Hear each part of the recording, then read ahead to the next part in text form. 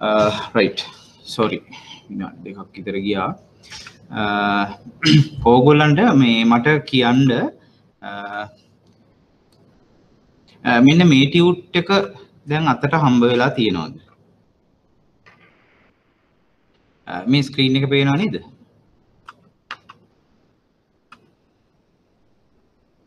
හම්බ වෙලා තියෙනවද ඒක මෙන්න මේක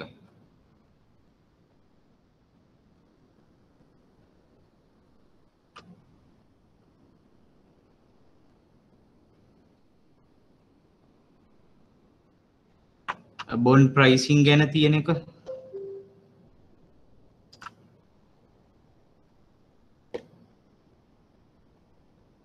මට කියන්නකෝ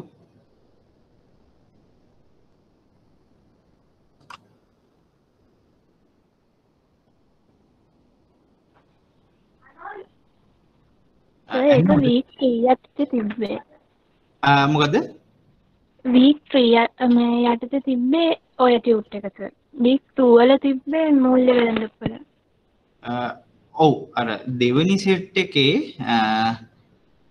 දෙවෙනියට අපි අප්ලෝඩ් කරපු ටිකේ මෙන්න මේ බැඳුම් කර මිලකරණය කියන එකයි මෙන්න මේ ටියුට් එකේ මූල්‍ය වෙළඳපොළ බැඳුම් කර මිලකරණය කියන PowerPoint ස්ලයිඩ්ස් ටිකකුයි තිබ්බා මෙන්න මේක. ඒක තියෙනවද? ඔව් සර් තියෙනවා. හරි. ඒ දෙක තියෙනවා නේ right. අපි අර week 2 එක අපි ඉවර කරේ නෑ. අපි ඒක පටන් ගත්ත විතරයි. මම ඒකට අමතරව තමයි අරක දැම්මේ. අමතරව නෙමෙයි ඒක අද කරන කොටස් එකක්. right. එතකොට අපි ගිය සතියේ කතා කරා දැන් ගිය සතියේ ඉන්න හිටපු කට්ටිය ඉන්න හන්ද මම ඒක කෙටියෙන් කියන්නම්. මොකද්ද ආයෝජන බැංකුකරණය ඒක කොහොමද වෙනස් වෙන්නේ සාමාන්‍ය බැංකුකරණයෙන් කියන එක මම විස්තර ඇතුව කතා කරා. එතකොට ඒකේ මට කවුරු හරි කියන්න මොකද්ද විශේෂම දේවල් ටික විශේෂ ක්‍රයිටීරියා ටික කමර්ෂල් බැංක් එකකුයි ඉන්වෙස්ට්මන්ට් බැංක් එකකුයි වෙන් කරන මම කිව්වා ඒකේ මූලික කාරණා කීපයක් උඩ ඒක වර්ග කරනවා කියලා. මතකද? සේවා ජාලයේ ගනුදෙනු ප්‍රමාණය හා පරිමාව විශේෂිත සේවා විශේෂයෙන් මොනවාද මේ ආයෝජන බැංකු පවත්වාගෙන යන්නේ නැති දෙයක් මොකද්ද? තැන්පතු බාර ගන්නෙක් නොවේ කියන එක. ඒක ටිකක් අහලා තිබ්බා. ඒ කොටසින් විභාග වලට අහනවා නම් සාමාන්‍යයෙන් කොමන් ප්‍රශ්නයක් තමයි ඒක. ඒකවල තැන්පතු බාර ගන්නේ නැහැ. ඒගොල්ලන් ඔපරේට් වෙන්නේ හෙඩ් ඔෆිස් එකක් නැත්නම් එක මේ ශාඛාවක් හරහා අර වගේ බ්‍රාන්ච් නෙට්වර්ක් එකක් පාවිච්චි කරන්න අවශ්‍යතාවයක් නැහැ. මොකද ඒගොල්ලන් සපයන සේවාව එක්තරා විශේෂිත වූ සේවා සමූහයක් තමයි සපයන්නේ විශේෂිත වූ ගනුදෙනුකරුවන් සීමා සහිත ප්‍රමාණයකට. ඒක අතිවිශාලයි කස්ටමයිස්ඩ්. ඒ කියන්නේ ඒ අයට වෙන් වෙච්ච සේවාවක් තමයි සපයන්නේ. සාමාන්‍ය බැංකු වගේ පොදු සේවාවක් නෙමෙයි. සේවිංස් නම් ඔක්කොටම සේවිංස් එකයි. ෆැසිලිටි එකක් දුන්නොත් ඒ ෆැසිලිටි එක ඕනෑම කස්ටමර් කෙනෙකුට කස්ටමර් කෙනෙකුට දෙන පොදු ඒක සර්විස් එක. අරක එහෙම නෙමෙයි. ඒ ගනුදෙනුකරුවන්ගේ අවශ්‍යතාවය අනුව ඒක ටේලර් මේඩ් කරනවා. ඒ කියන්නේ අවශ්‍යතාවය අනුව ඒ සේවාව සැපීම සිද්ධ කරනවා. ඒකට අපි ඒත් එක්ක කතා කරා මේ සම්පූර්ණ සිලබස් එකම මේ කවර් වෙන්නේ ආයෝජන බැංකු සපයන සේවාවන් ගැන. එතකොට ඒකෙදී අපි කිව්වා මේ මොන සේවාවන්ද සපයන්නේ විශේෂයෙන්ම අපි ලොකුම පාඩම් ටික මොකක්ද කියලා කිව්වා. නිකුතු කළමනාකරණය. ඒක ඇතුලේ තියෙනවා කොටස් නිකුතු නැත්නම් හිමිකම් නිකුතු කළමනාකරණය කියන කොටසයි ණය නිකුතු කළමනාකරණය කියන කොටසයි. මම ආයෙ ස්ලයිඩ්ස් වලට යන්නේ නැහැ. දැන් ඔයගොල්ලන් අත ඒක තියෙනවා. මම නිකන් බ්‍රීෆ් එකක් කරා. ඊට පස්සේ ටියුට් එකේ තිබ්බා මේ ප්‍රාරක්ෂණය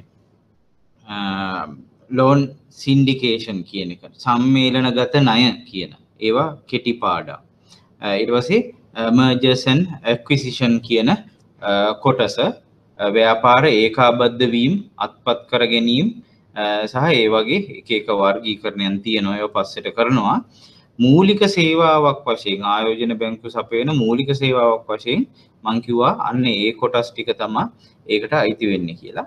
ඊට පස්සේ අපි පොඩි කෙටියෙන් කතා කරා වැඩි විභාගයට ගොඩාක්ම ටාගට් වෙන්නේ නැති කොටසක් අර අනපනත් ගැන ග්‍රෑම් ලිලි ඇක්ට් එකයි මේ වෝකර් රූල් එකයි ඩොට් ෆ්‍රැන්ක් රූල් එකයි ඒ ටික. ඒතකොට ඒ ටිකත් එක්ක ඕගොල්ලන් දල වශයෙන් හිතාගන්න කොහොමද 1902 1905 වගේ තමයි ආයෝජන බැංකු කියන කර්මාන්තය පටන් ගත්තේ.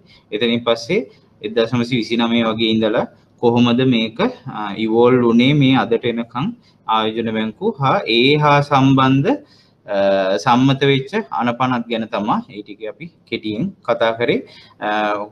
කොයි කාල එක කාලවල වල එක ආර්ථික වශයෙන් ආරක්ෂා වෙන්න එක අනපනත් මේව කරලා තියෙනවා. ඒකේ මම කිව්වා conflict of interest කියලා වචනයක් තිබ්බා, securitization එක මේව global crisis එකක් තිබ්බා, subprime mortgage crisis කියන එක. අන්න ඒ ටික මම පස්සට කතා කරනවා securitization පාඩමේ එනකොට කියලා. මම ওই වේගින් කියන් ගියේ ඔය ගිය සතියේ කොටස ඒ ටිකට ආපු නැති කෙනෙක් ඉන්නවා නම් ඒ ටික පොඩ්ඩක් go through කරන්න. ඒකේ වැදගත්ම මේවට කාරණාවල ටික තමයි අර ආයෝජන බැංකු තැන්පතු බාර ගන්නෙක් නොවේ. ආයෝජන බැංකු සාමාන්‍ය වාණිජ්‍ය බැංකු වලින් වෙන වෙන සීමාවල් මොනවද? ආයෝජන බැංකු සපයන සේවාවන් මොනවද? ඔන්න ටික තමයි ටික ප්‍රොමිනන්ට් ඒවා ගත්තොත් අපි ප්‍රයොරිටයිස් කරොත් ඒ ටික තමයි ටිකක් වැදගත් කියලා සලකන්න පුළුවන් කොටසක් තියෙනවා. ඊට පස්සේ අපි ඒකේ ප්‍රශ්න කිහිපයකුත් මේව කරා. මම ඒකටම දානවා පොඩි ප්‍රශ්න ටිකක් හැම පාඩමේම කෙටි පාඩම් වලට නෙමෙයි ලොකු පාඩමක් ඉවරුනහම විභාග ප්‍රශ්නයි මගේ ප්‍රශ්නයි එකතු කරලා දානවා. ඒ ටික මම සැරින් සැරේට වෙනස් කරනවා. මම අපේ සෙෂන්ස් වෙනස් වෙනකොට දැන් මේ 2021 මාර්තු තමයි අපි ටාගට් කරන්නේ. මාර්තු අප්‍රේල් වගේ දිහාට අපි හිතනවා විභාගේ මේ සැරේ දැන් බැචස් දෙකක් ඩිලේ එකක් තියෙනවා. අනිත් එක අපිට කරන්න පුළුවන් වෙයි කියලා. කොහොමත් be ready. ඉතින් මේකෙදී ready වෙලා ඉන්න ඕනෑම අවස්ථාවක අපි මාර්ච් වල ලියනවා කියලා හිතාගන්න ඉමු. right? එතකොට අපි ආයෙ කතා කරා දැන් මේ ස්ක්‍රීන් එක ඔයගොල්ලන්ට ෂෙයා වෙලා නේද තියෙන්නේ? මූල්‍ය වෙළඳපොළ. sorry. week 2 කියන ටියුට් එකේ මූල්‍ය පද්ධතිය හා මූල්‍ය වෙළඳපොළ කියන එක අපි ගිය සතියේ පටන් ගත්තා. ඒ ටියුට් එක දැන් අපේ තියෙනවා නේද? ඒක ඔයගලන්ට ස්ක්‍රීන් එකට ෂෙයා වෙනවා නේද? ඔව් සර්. right. එතකොට මම ඒක ගිය සතියේ පටන් ගත්තා. රටක මූල්‍ය පද්ධතිය ගැන කෙටියෙන් අඳුන්වලා ඒකේ බේසික් ක්ලාසිෆිකේෂන් එකක් කොහොමද සංවිධිත අසංවිධිත. කියන්නේ පොඩි අපි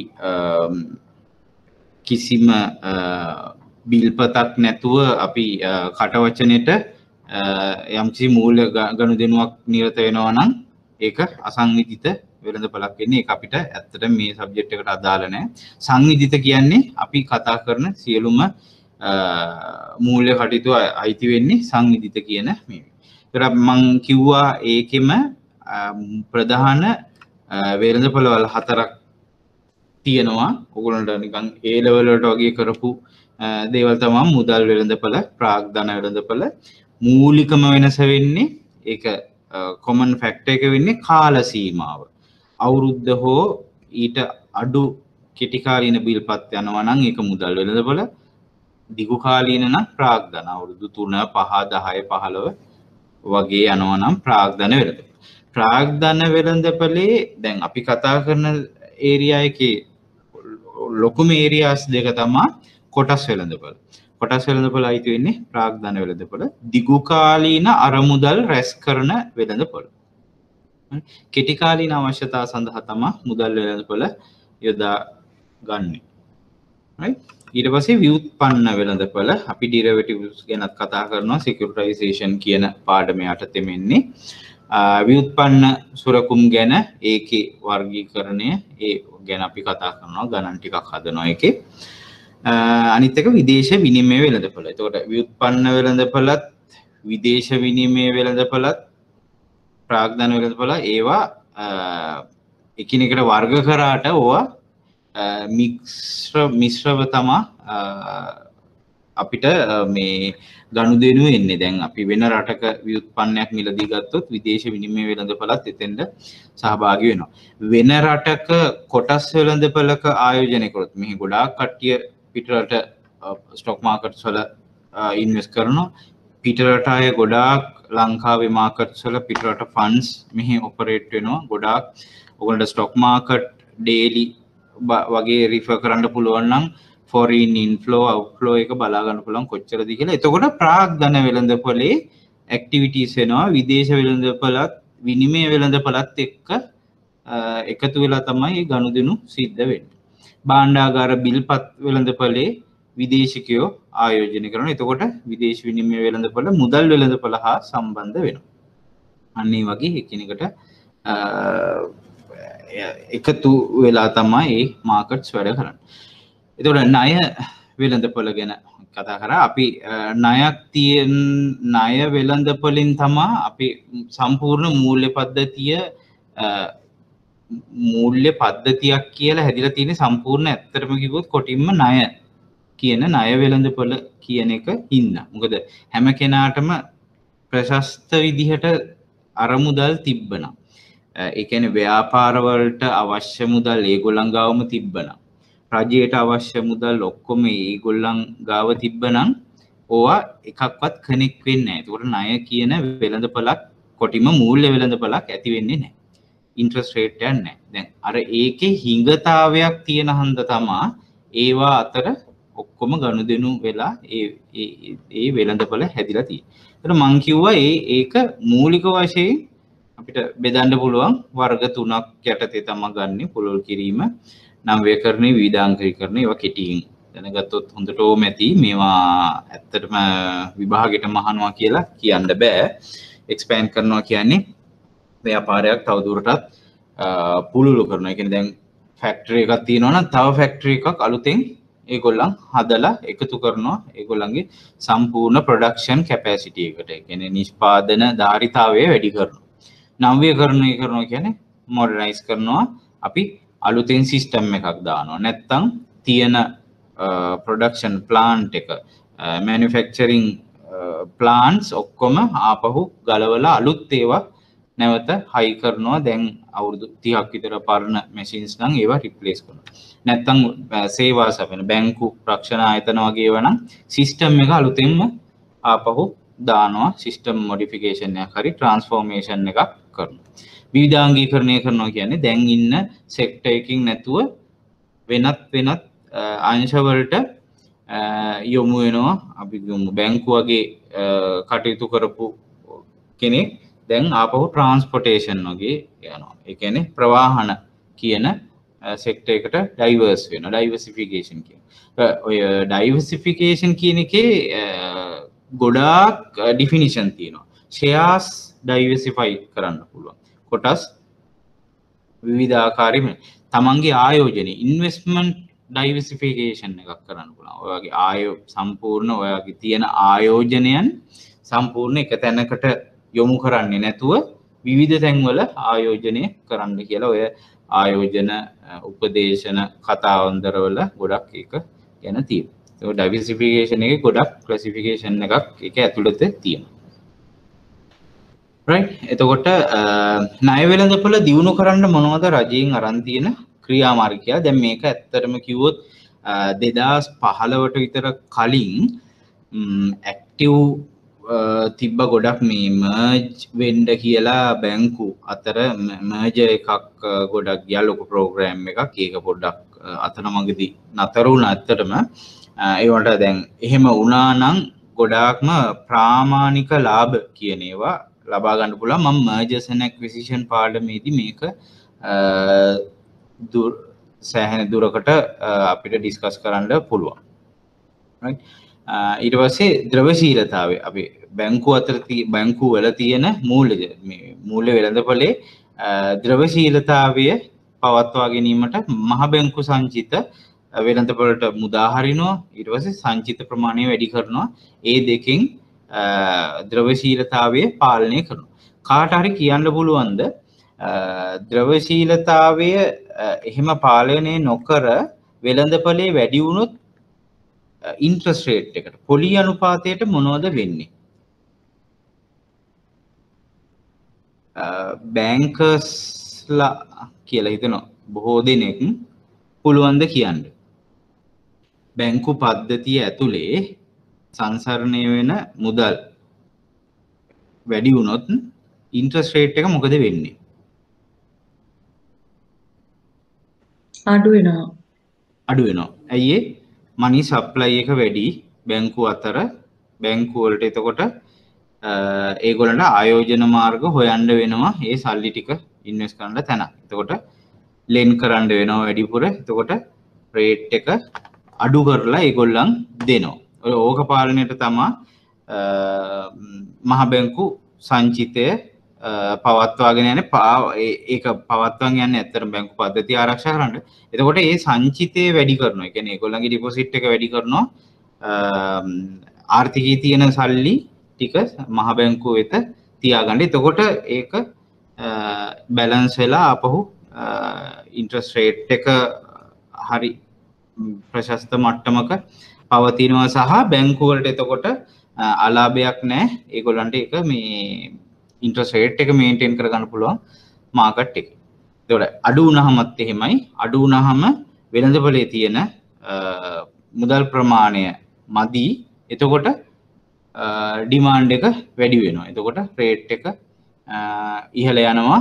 බැංකු වලින් උඩට දානවා. මොකද සල්ලි දෙන්න මදි මේ පද්ධතිය තුල. එතකොට කරන්නේ සෙන්ට්‍රල් බැංක් එක ඔය සංචිත මුදා හරින එක. ඒක බැංකින් වල තියෙන එක මේ මුදල් වෙළඳපොලේ තියෙන මේ කොමන් දෙයක්. ඊට පස්සේ ණයපත් සහ පහසු ගෙවීම් ක්‍රම දැන් ගොඩාක් පුලුල් කරලා තියෙනවා. ණය වෙළඳපොල තව මේ පුලුල් කරන්න. ඒ කියන්නේ ඉන්ට්‍රස්ට් ෆ්‍රී ගෙවන්න තියෙනවා. ඩිස්කවුන්ට් ප්ලස් මේ ඉන්ස්ටෝල්මන්ට් ඒ වගේ දේවල් ක්‍රම ගොඩක් අඳුනලා දීලා තියෙනවා. ඔයගොල්ලන් ඒක ගැන හොඳට දන්නවා. right එතකොට අපිට අවශ්‍ය වෙන දැන් ආයෝජන බැංකු කරණයේදී මේ ණය කියන සාමාන්‍ය ණය යොදා ගැනෙන්නේ නැහැ. ඒකේ යොදාගන්නේ මේ විශේෂිත වූ උපකරණ. දැන් ඕගොල්ලන් ඔය උපකරණ කිහිපයක් දන්නවා. එකක් තමයි ඔය භාණ්ඩාගාර බිල්පත් බැඳුම් කර වගේ රජේ ඒවා. අනිත් ඒවා තමයි සමාගම් බැඳුම් කර, සමාගම් ණය කර සහ කොටස් විවිධ කොටස් වර්ග කොටස් නිකුතුන්.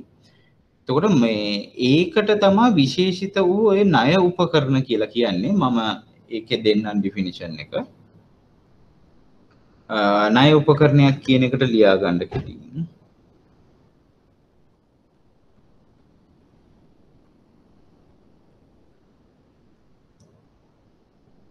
ගිවිසුම්ගත එකඟත්වයක් මත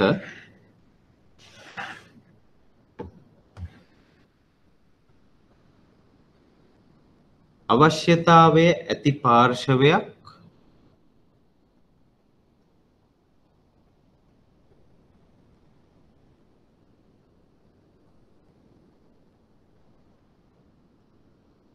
අරමුදල් සම්පාදනය කරගැනීමේ අරමුණින්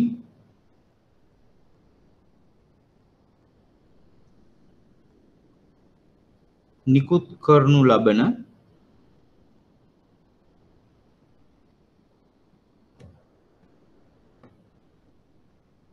ඉලෙක්ට්‍රොනික හෝ ලිඛිත වගකීම් සහතිකයකි.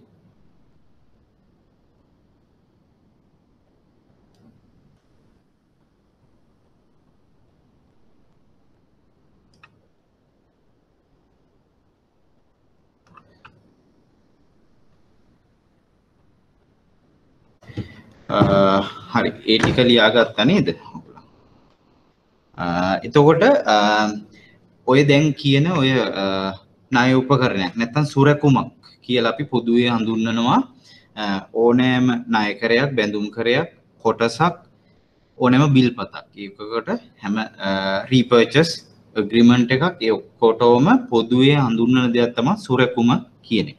ඒතකොට සුරකුමක ලක්ෂණ කීපයක් තියෙනවා පොදු ලක්ෂණ. මේක ප්‍රයෝජනවත් වෙනවා ඕගොල්ලන්ට විභාගවලට ලියන්න මේක අහන්නේ සුරකුමක සුරක්ෂිතභාවය කියන්නේ මොකක්ද කියන එක අහන්නේ නැහැ. හැබැයි ওই සුරක්ෂිතභාවය යොදා ගන්න වෙන තැන් එනවා. සහතික කළ කියන එක, පරිවර්තය කියන එක යොදා ගන්න තැන් එනවා උත්තරවලදී. තව කොටස් පල්ලෙහාට යනකොට මම ඒක ගැන විස්තර කරන්නම්. එතකොට මොකද්ද මේ සුරක්ෂිත? කියන්නේ බැක් බයි. මොකක් හරි වත්කම් ඇපයක් මත සුරක්ෂිත වෙච්ච ණයක්. හරි? ඒතකොට ඒ වගේ සුරකුමක්. දැන් අපි සාමාන්‍ය බැංකර්ස්ලා පොදුවේ දන්නේ හවුසින් ලෝන් එකක්, පර්සනල් ලෝන් එකක් වගේ දේවල්.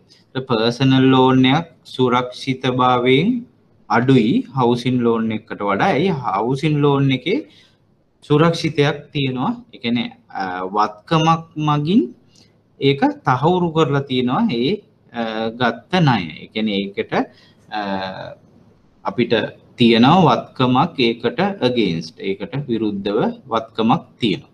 ඒතකොට ඒක මේ හවුසින් ලෝන් එකක් වගේ එකදී නම් ඉඩමක් වෙන්න පුළුවන් නැත්නම් ව්‍යාපාරයක් වෙන්න පුළුවන් ඕනෑම දෙයක් විදිහට ක්‍රියාත්මක වෙන්න පුළුවන් සුරක්ෂිත.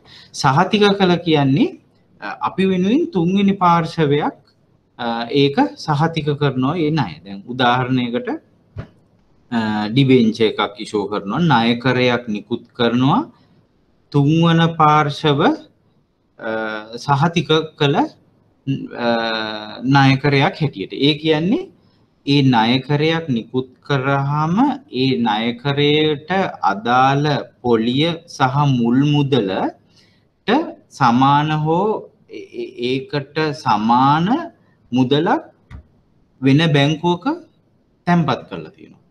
දැන් අපි කියමු ඒක 108ක පොලියට භාණ්ඩාගාර බිල්පත් හරි බැඳුම් කර හරි නිකුත් කරලා තියෙනවා 108ට.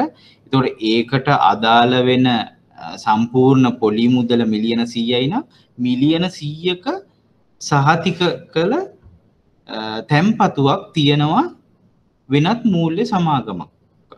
දැන් උදාහරණයකට අපි ගමු නිකන් පොඩි ෆිනෑන්ස් කම්පැනි LOLC එකකින් නිකුත් කරනවා බැඳුම් කර. ඒගොල්ලන් තෙවන පාර්ශවීය ඇපයක් ඒ කියන්නේ සහතික කළ එහෙම ඇපයක් ඒගොල්ලන් ඇප සුරකුමක් ගන්නවා අපි කියමු සෙලන් බැංකුවෙන් නැත්නම් කමර්ෂල් බැංකුවෙන්. කමර්ෂල් බැංකුවේ ඒගොල්ලන්ගේ ඩිපොසිට් එකක් තියෙනවා මේ නිකුත් කරපු බැඳුම් කරවලට හෝ ණය කරවලට වල පොලියට සමානුපාතිකව. එතකොට මිලදී ගන්න එක්කෙනාට තියෙන සහතිකය මොකද්ද? අපිට බැරි වෙලාවත් මේ ඉන්ට්‍රස්ට් එක නොලැබුණොත් අන්න අතන ඒගොල්ලන්ගේ වෙනත් බැංකුවක ඒ කියන්නේ හොඳ නමක් තියෙන ලොකු බැංකුවක තියෙනවා තැන්පතුවක් මේකට against. ඒක අර මේගොල්ලන්ට ගෙවා ගන්න බැරිනොත් ඒ තැන්පතුව නිදහස් කරලා ඒකෙන් ඒගොල්ලන්ට ගෙවන්න පුළුවන්. ඒතකොට තෙවන පාර්ශවීය ඇප හෝ සහතික කළ නිකුතුවක් නැත්නම් සුරකුමක් කියලා කියන්නේ ඒ වගේ දෙයක්. පරිවර්තය එනවා ආකාර කීපයකින් ණයකරයක් බැඳුම්කරයක් සාමාන්‍ය කොටස් වලට හෝ සාමාන්‍ය කොටස් ණයකරයක් බවට පරිවර්තනය වෙන අවස්ථා තියෙනවා අදාළ කාල සීමාව අවසානයේ. දැන් උදාහරණයකට බිල්පතක් නම් සාමාන්‍ය වසරකට අඩු කාලයක් අපි කියමු බැඳුම්කරයක් වගේ පරිවර්ත්‍ය බැඳුම්කර කියන ඒවා අවුරුදු 3කට නිකුත් කරා නම් අවුරුදු 3 අවසානයේ ඒක පරිවර්ත්‍ය එකක් නම් එයාට බැඳුම්කර හිමියට අයිතිය තියෙනවා අවශ්‍ය නම් ඒක සම්පූර්ණ නිදහස් කරලා ගන්න නැත්නම් ඒක ඒ අවුරුදු 3 අවසානයේ කොටස් වලට පරිවර්තනය කරන්න. ඒ වගේ ඒගොල්ලන්ට ඔප්ෂන් එකක් තියෙනවා මේ පරිවර්තය ණය කියන එකේදී පරිවර්තය සුරකුමක්. දැන් සුරකුමක පරිවර්තය කියන එකේ පොදු අර්ථය ඒකයි. ඒක ඇප්ලයි වෙන්න පුළුවන් ඕන තැනක. ඒතර මේක පොදු ලක්ෂණ තුනක් ඕගොල්ලන්ට ඒක මේක. එතකොට සුරක්ෂිත මම පොඩි ප්‍රශ්නයක් අහන්නම්. සුරක්ෂිත ණයක් තියෙනවා. සුරක්ෂිත දැන් අපි කියමු 107කට නිකුත් කරපු බැඳුම් කරයක් තියෙනවා. අවුරුදු 3ක බැඳුම් කරයක්. එක 107යි දෙකේම ගෙවන්නේ. එකක් සුරක්ෂිතයි අනිත් එක සුරක්ෂිත නැහැ. කොයි එකේද ඉන්ට්‍රස්ට් රේට් එක වැඩියෙන් ගෙවන්න වෙන්නේ? සමාගම නිකුත් කරනවා සුරක්ෂිත ණයකරයෙකුයි සුරක්ෂිත නොවන ණයකරයෙකුයි. කොයි එකේද වැඩි පොලියක් ගෙවන්න වෙන්නේ? සුරක්ෂිත නොවන ණය. සුරක්ෂිත නොවන ණයකරයකට. මොකද ගනුදෙනු කරුවාගේ පැත්තෙන් ගත්තොත් එයාට සුරක්ෂිතභාවයක් නැහැ. එතකොට එයා වැඩිපුර ඉන්ට්‍රස්ට් එකක් නැත්තම් පොලියක් ඒකට ඉල්ලනවා. අරක සුරක්ෂිත එක 107කට නිකුත් කරා නම් අරක 7.7ක් 7.5ක් වගේ වැඩි ගාන පුර දෙයක් මේව කරනවා. එතකොට සමාගම් වුණත් ගොඩක්ම යොමු වෙනවා සුරක්ෂිතයක් සමග නිකුත් කිරීම සිද්ධ කරන්න ඒගොල්ලන්ගේ කොස්ට් එක අඩු කරගන්න. මොකද ඒගොල්ලන්ට තව අඩු ප්‍රතිශතයකට ඒක නිකුත් කිරීම කරන්න පුළුවන්. ඒක බැංකින් වලදී බේසික් දෙයක්. රයිට්. එතකොට මේකේ මේක ඇතුළත් අපිට ක්ලාසිෆයි කරන්න පුළුවන් රාජ්‍ය අංශයේ පෞද්ගලික අංශයේ උපකරණ තියෙනවා. ඒත් එක්කම ප්‍රාථමික වෙළඳපොළක් තියෙනවා, ද්විතීයික වෙළඳපොළක් තියෙනවා.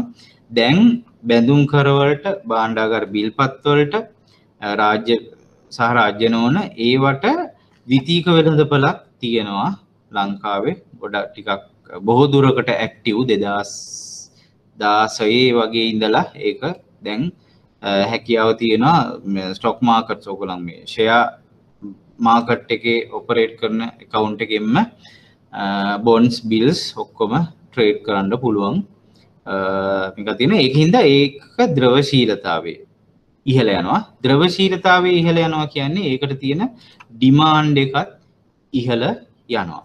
දැන් උදාහරණයකට දැන් කොටස් කියන එකට මොනවා හරි ඉල්ලුමක් කියන එක තියෙන්නේ ඔය කියන ද්‍රවශීලතාවය තියෙන හන්දා.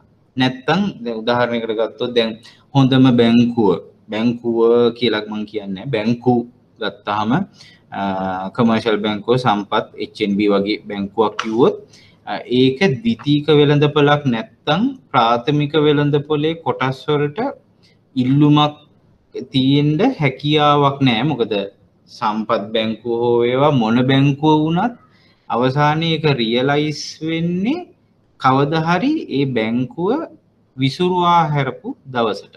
එතකොට එහෙම හැකියාවක් නැහැ හොඳ ලොකු විශාල බැංකුවක. එතකොට ඔයාලට රියලයිස් කරන්න වෙන්නේ නැහැ. නමුත් ද්‍රවශීලතාවය ද්විතීයික වෙළඳපොලේදී හදලා තියෙනවා. සම්පත් බැංකුව ඕගොල්ලන් කොටස් අරගෙන ඕගොල්ලන්ට ඕනෑම අවස්ථාවක විකුණන්න පුළුවන් වෙළඳපොලක් තියෙනවා. ඒකින්දම තමයි ඒකට තියෙන ඩිමාන්ඩ් එක ඒ ගානට තියෙන්නේ. නැත්තම් ඒක ද්විතීයික වෙළඳපොලක් කියන්නේ ඒක කෙලින්ම බලපානවා ඒකේ තියෙන ඉල්ලුමට සහ ද්‍රවශීලතාවයට. බොන්ඩ් වලටත් දැන් වෙලා තියෙන එකයි බොන්ඩ් ඇන්ඩ් ඩිබෙන්චර්ස් මාකට් එකේ ගොඩක් ලික්විඩිටි එක තියෙනවා. ඒකින්ද ගොඩක් ඒවා ගනුදෙනු වෙනවා සහ ඒ ප්‍රයිමරි මාකට් එකෙන් ගන්න පුළුවන්. හැබැයි ඒවට තියෙන තර්කය ඒවා කලපිරීමක් තියෙනවා. අවුරුදු 3 හරි 5 හරි කලපිරීමක් තියෙනවා. හැබැයි කොටස් වලට ඒක නැහැ. ඒක තමයි විශේෂම දේ. කොටස් වෙළඳපොළක් නිර්මාණය වෙන්න ඒක ගොඩක් ඇක්ටිව් බොන්ඩ් මාකට් එකට වඩා. රයිට්. එතකොට වෙළඳපොළ වර්ගීකරණයත් ඕගොල්ලන්ට අර උත්තරයක් ලියනකොට ඒක කම්පෝස් කරද්දී ඕගොල්ලන්ට බෙදා ගන්න. දැන් ඒක කියද්දි මම කියන්නම් කොහොමද මේ කොටසින් ප්‍රශ්න අහන්නේ කියලා මේ ටික හොඳට අහගන්න. දැන් ඔය මූල්‍ය වෙළඳපොළ වගේ තැනකින් ප්‍රශ්න අහනකොට ප්‍රශ්නයක් හදන්නේ ආයෝජන බැංකුකරුවෙකු වශයෙන් යම් එක එක සිනාරියෝස් තියෙනවා. ඒ දේවල් වලට ඔයගොල්ලන් දෙන උපදේශය මොකක්ද? දැන් අපි කියමු එක ඕන පැත්තකින් අහන්න පුළුවන්. ඕනම විදියකින් ඔයගොල්ලන් ගාවට එනවා ක්ලයන්ට් කෙනෙක්, ඔයගොල්ලන් ආයෝජන බැංකුකරු, ඕගොල්ලන්ගෙන් අහනවා දැන් මට ෂෙයා පෝර්ට්ෆෝලියෝ එකක් තියෙනවා මෙන්න මේ වගේ කියලා ඔයගොල්ලන්ට දෙනවා ටේබල් එකක්. මේ දත්ත තියෙනවා. ඊට පස්සේ වෙළඳපොළ හැසිරීම දෙන්න පුළුවන්. ඕනෑම දත්තයක් දෙන්න පුළුවන්. ආර්ථික දත්තයි වෙළඳපොළේ දත්තයි. ඒකත් එක්ක ඕගොල්ලන් දෙන උපදේශය මොකක්ද? රයිට්? ඒක එක විදිහක්. නැත්තම් දෙන්න පුළුවන් කස්ටමර් කෙනෙක් කෙනා මිලියන 100ක් එයාගේ හරි එයාගේ ව්‍යාපාරයේ තියෙනවා. ඒක ආයෝජනය කරන්න සුදුසු මොන වගේ උපකරණ වලද?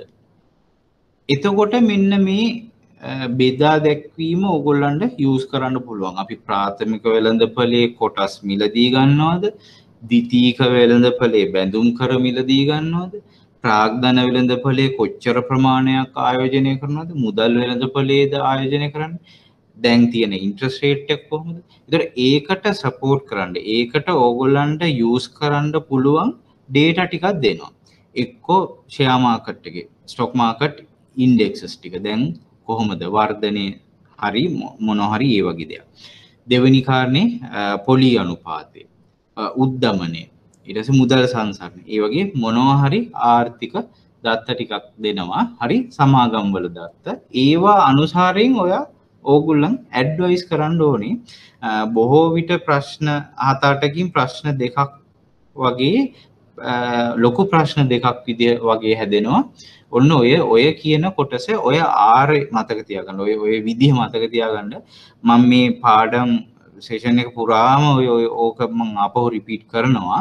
මොකද ඒක හරි කොමන් ප්‍රශ්න සෙට් එකක් සහ ලකුණු 20කට 30කට වගේ ටාගට් කරලා ඒ වගේ ප්‍රමාණයකට ඒ කොටසින් අහනවා. right? එතකොට වර්ගීකරණය ගත්තොත් ප්‍රාග්ධනද මුදල් වෙළඳපොළ. ප්‍රාථමික වෙළඳපොළ, ද්විතීයික වෙළඳපොළ කියන එක පැහැදිලි කරගන්න ඕනකමක් තියනවද? මං හිතන්නේ ඒ ගැන අයිඩියා එකක් තියනවද? ප්‍රාථමික වෙළඳපොළ කියන්නේ මොකද්ද? කවුරු හරි කෙනෙක් කිව්වොත් වෙනසකටත් එක්ක ඉන්නව නේද ගොඩක් කට්ටිය? මැසේජ් එකක් හරි කමක් නැහැ. ප්‍රථම වර්ට නිකුත් කරන වෙළඳපොළ? ප්‍රථම වර්ට නිකුත් කරන වෙළඳපොළ? ප්‍රථම වර්ට මොකද්ද නිකුත් කරන්නේ? බොන්ඩ් ස්ටොක්ස් ඉෂුව කරන්නේ. ඔව් ඒ විදිහමනේ නිකම් ලියනකොට කොයි වගේ ලියන්න පුළුවන් නේද? මේ වෙන කෙනෙක් නෑ නේද මයික් එක ඔන් කරන්නෙම? බලමු දෙක්කෙනෙක් හරි ඔන් කරන්න. chat එකේ හරි කමන්නේ නිකන් මේකත් දැන් මේ අර පුරුදු වුණාම තමයි ටිකක් මේක ඉන්ටරැක්ට් වෙන්නේ. මොකද මේ ඒක අපි සුරුකුම්පත් ප්‍රථම වරට සජිත් කියන්නේ ප්‍රථම වරට ගනුදෙනු වන වෙළඳපොළ.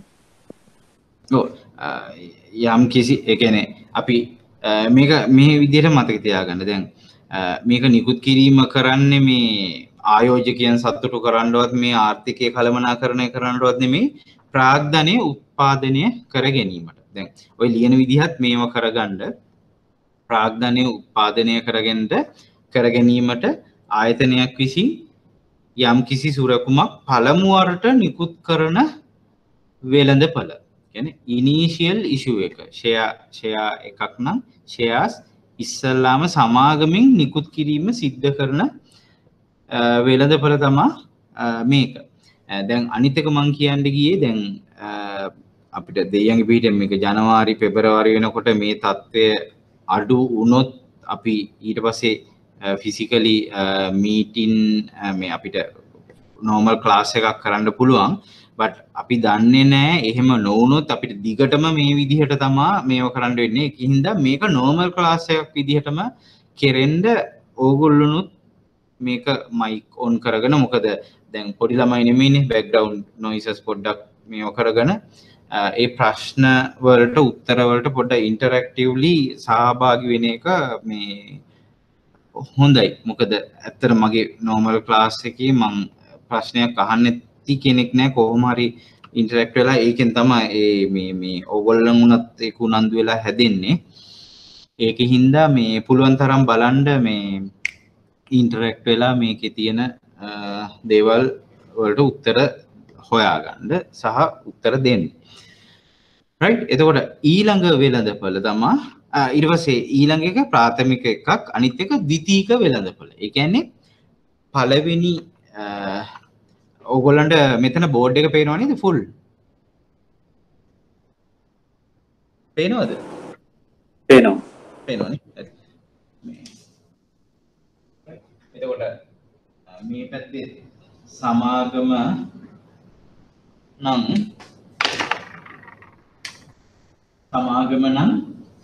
මේගොල්ලන්ගේ පළවෙනි නිකුතුව ඉනිෂියල් ඉෂුව එක ප්‍රයිමරි මාකට් එක ප්‍රාථමික මේක ද්විතීක මේකෙන්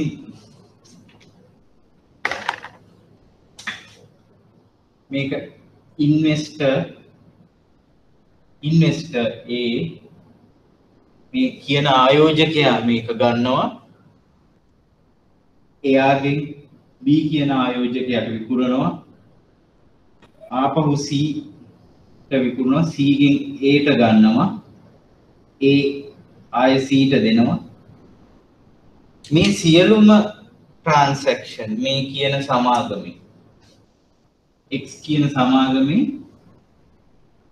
සියලුම අනිත් ගනුදෙනු සිද්ධ වෙන්නේ ද්විතීක වෙළඳපොලේ. හැබැයි මූලිකම ලක්ෂණේ මේකේ සල්ලි මොකවත්ම මේ අරමුදලක් මේ සමාගමට යන්නේ නැහැ මේකින් මෙහාට ආවට පස්සේ ද්විතීක වෙළඳපොලේ ආවට පස්සේ ඒ shares B ට වික්කහම A ගේ CDS account එකේ තියෙන shares B ට transfer වෙනවා B මෙයාට මුදල් පියවනවා මෙයාගෙන් මෙයාට ගියාම C මෙයාට මුදල් ගෙවනවා B ගේ කොටස් C ගේ නමට ට්‍රාන්ස්ෆර් වෙනවා.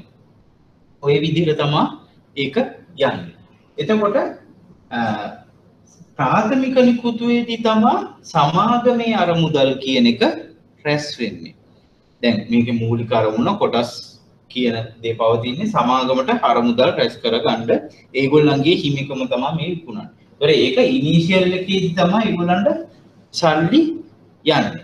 ඒ අතර මම කෙටි ප්‍රශ්නයක් අහන්නම් මේකේ මේගොල්ලන් අතේ තියෙන මේගොල්ලන් අතට මේ සමාගමේ සල්ලි එන එක මාර්ගයක් තියෙනවා. මොකද්ද?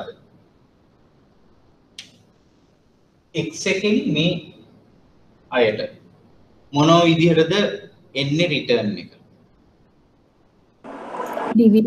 ඩිවිඩන්ඩ් ලාභාංශයක් එනවා. මේගොල්ලන් මේ දැන් ඉන්න එක්සිස්ටිං හෝල්ඩර්ස් ලගින් සමාගමට මුදල් යන ක්‍රමයක් තියෙනවා.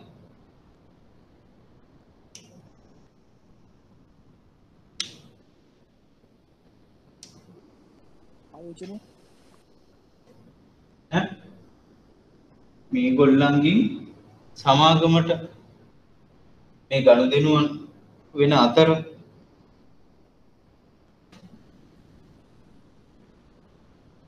existing holders ලට right issue එකක් දෙනවා.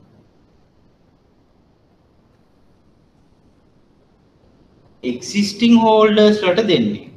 ඒකයි මම කිව්වේ ඒක මේකෙන් පරිබාහිර. හැබැයි right issues මෙහින් සමාගමෙන් තමයි නිකුත් කරන්නේ.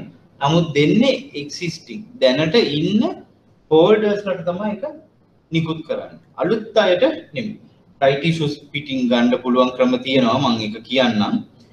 ඒක right issue එකේ entitled වෙන්නේ existing දැනට ඉන්න කොටස් හිමියන්ට තමයි මේ වෙන්නේ මම right issues bonus splits වගේ ඒවා ගැන මේව එක අපි පස්සේ equity part එකේදී මම කරනවා මම මේ නිකන් කිව්වේ ප්‍රාථමික වෙළඳපොළ ද්විතීයික වෙළඳපොළ වෙන් වෙන තැන සහ මේක right issue එකක් කරපුවාම මෙතන ප්‍රාථමික වෙළඳපොළට නැවතත් සම්බන්ධ වෙනවා සහ existing holders ලගෙන් සල්ලි සමාගමට යනවා. කියන්නේ සමාගම ආයේ නැවත ආයෝජකයෝ හොයන්නේ නැතුව ඉන්න ආයෝජකයන්ටම right issue එකක් කරාම හිමිකම් නිකුතුවක් ඒගොල්ලන්ගෙන් සල්ලි යනම right issue එකේ process එක කියන්න ගොඩක් අය දන්නවත් ඇති ඒක right issue එකකින් කොහොමද මේව වෙන්නේ කියලා. right එතකොට ප්‍රාථමික වෙළඳපොළයි ද්විතීයික වෙළඳපොළේ විස්තරය ඒක. ඊට රාජ්‍ය සුරකුම්පත් රාජ්‍ය නොවන රජයේ සුරකුම්පත් තියෙනවා රජයේ නොවන ඒවා තියෙනවා. රජයේ සුරකුම්පත් වල තියෙන විශේෂත්වය මොකද්ද ඔය ඔක්කොටම වඩා කියන්න පුළුවන්? ණය පැහැර හැරීමේ අවදානමක්නේ.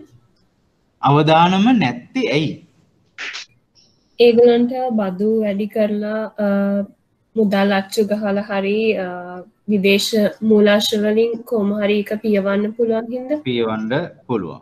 ඔව් ඒ ක්‍රම තුنين මේව කරන්න පුළුවන්. සල්ලි අච්චු ගහන්න පස්සේ ඉතලා බදු ආදායම් වැඩි කරලා ඒක පියවන මේ ක්‍රම වේදයක් තියෙන හින්දා තමයි රජයේ සුරකුම්පත් ඒක ගැරන්ටි එකක් තියෙනවා. රාජ්‍ය නොවන සුරකුම්පත් වලට එක එක රේටින්ග්ස් දීලා තියෙනවා. අපි රේටින්ග්ස් වලදී ඒක මේව කරමු. එක එක රේටින් එක අනුව තමයි ඒගොල්ලන්ගේ බිල් පත්වල ඉන්ට්‍රස්ට් රේට් එක තීරණය වෙන්නේ.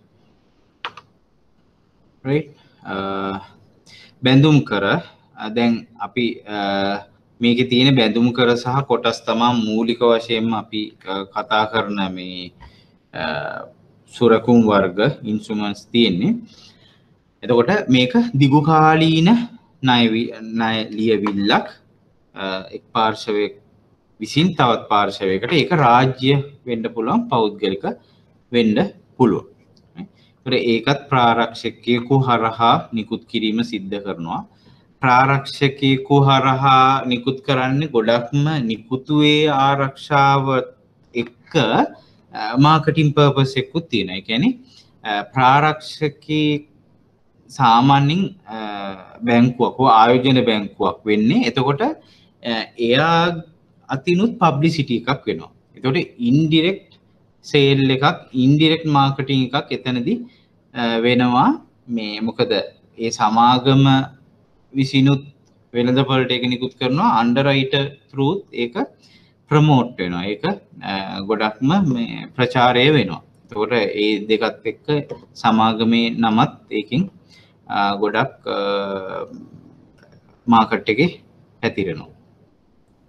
right එතකොට කොටස් දෙකයි රජයේ හෝ පෞද්ගලික. එතකොට රජයේ කියන එකේ ඔයගොල්ලන් දන්නවා දැන් මොකද්ද විශේෂතාවය කියලා.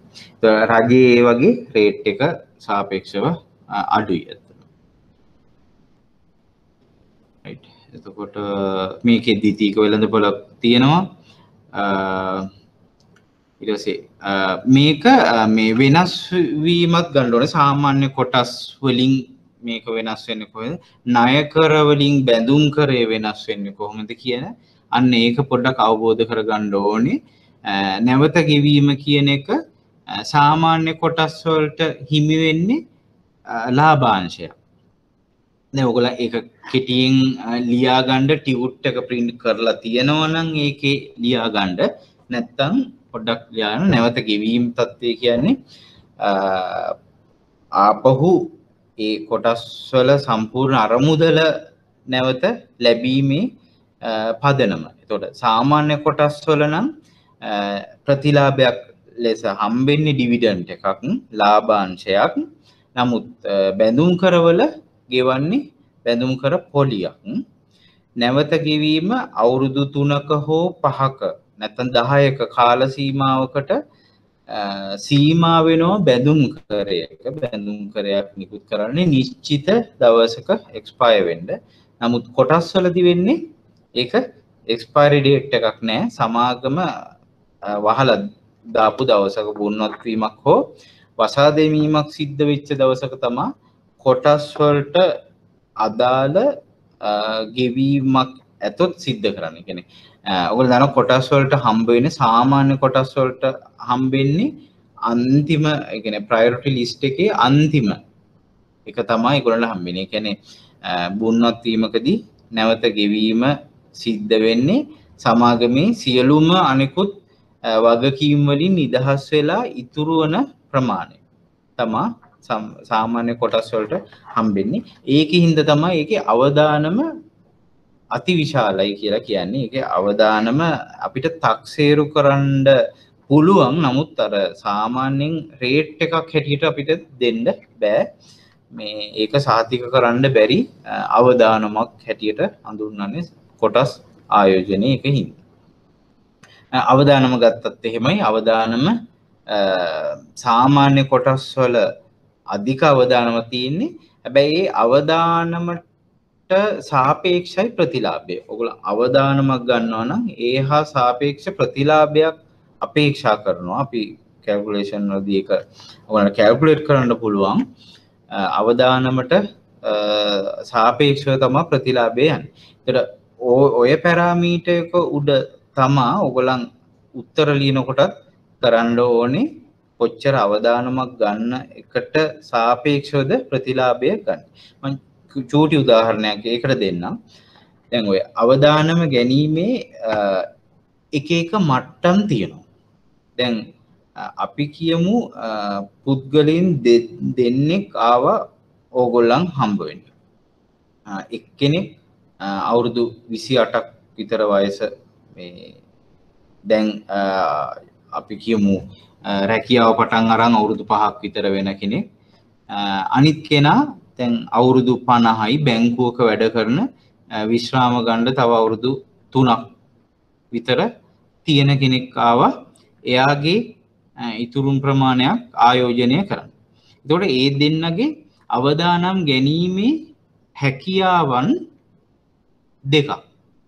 එතකොට ඒ වගේ දෙන්නෙකුට අපි උපදේශයක් දෙනකොට කොයි වගේ තත්ත්වයක්ද අපි සලකා බලන්න ඕනේ ඒ අපි කියමු අවුරුදු 28 කෙනාට කොයි වගේ තත්ත්වයක්ද? ඔක මම දැන් ගිය මම පාඩම් වලදීත් ඒකම අහලා තියෙනවා. කියන්න පුළුවන්ද?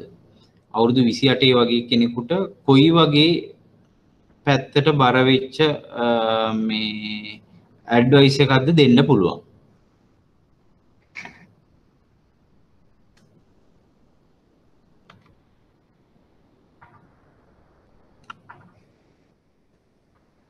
අහගෙනද හිටියේ?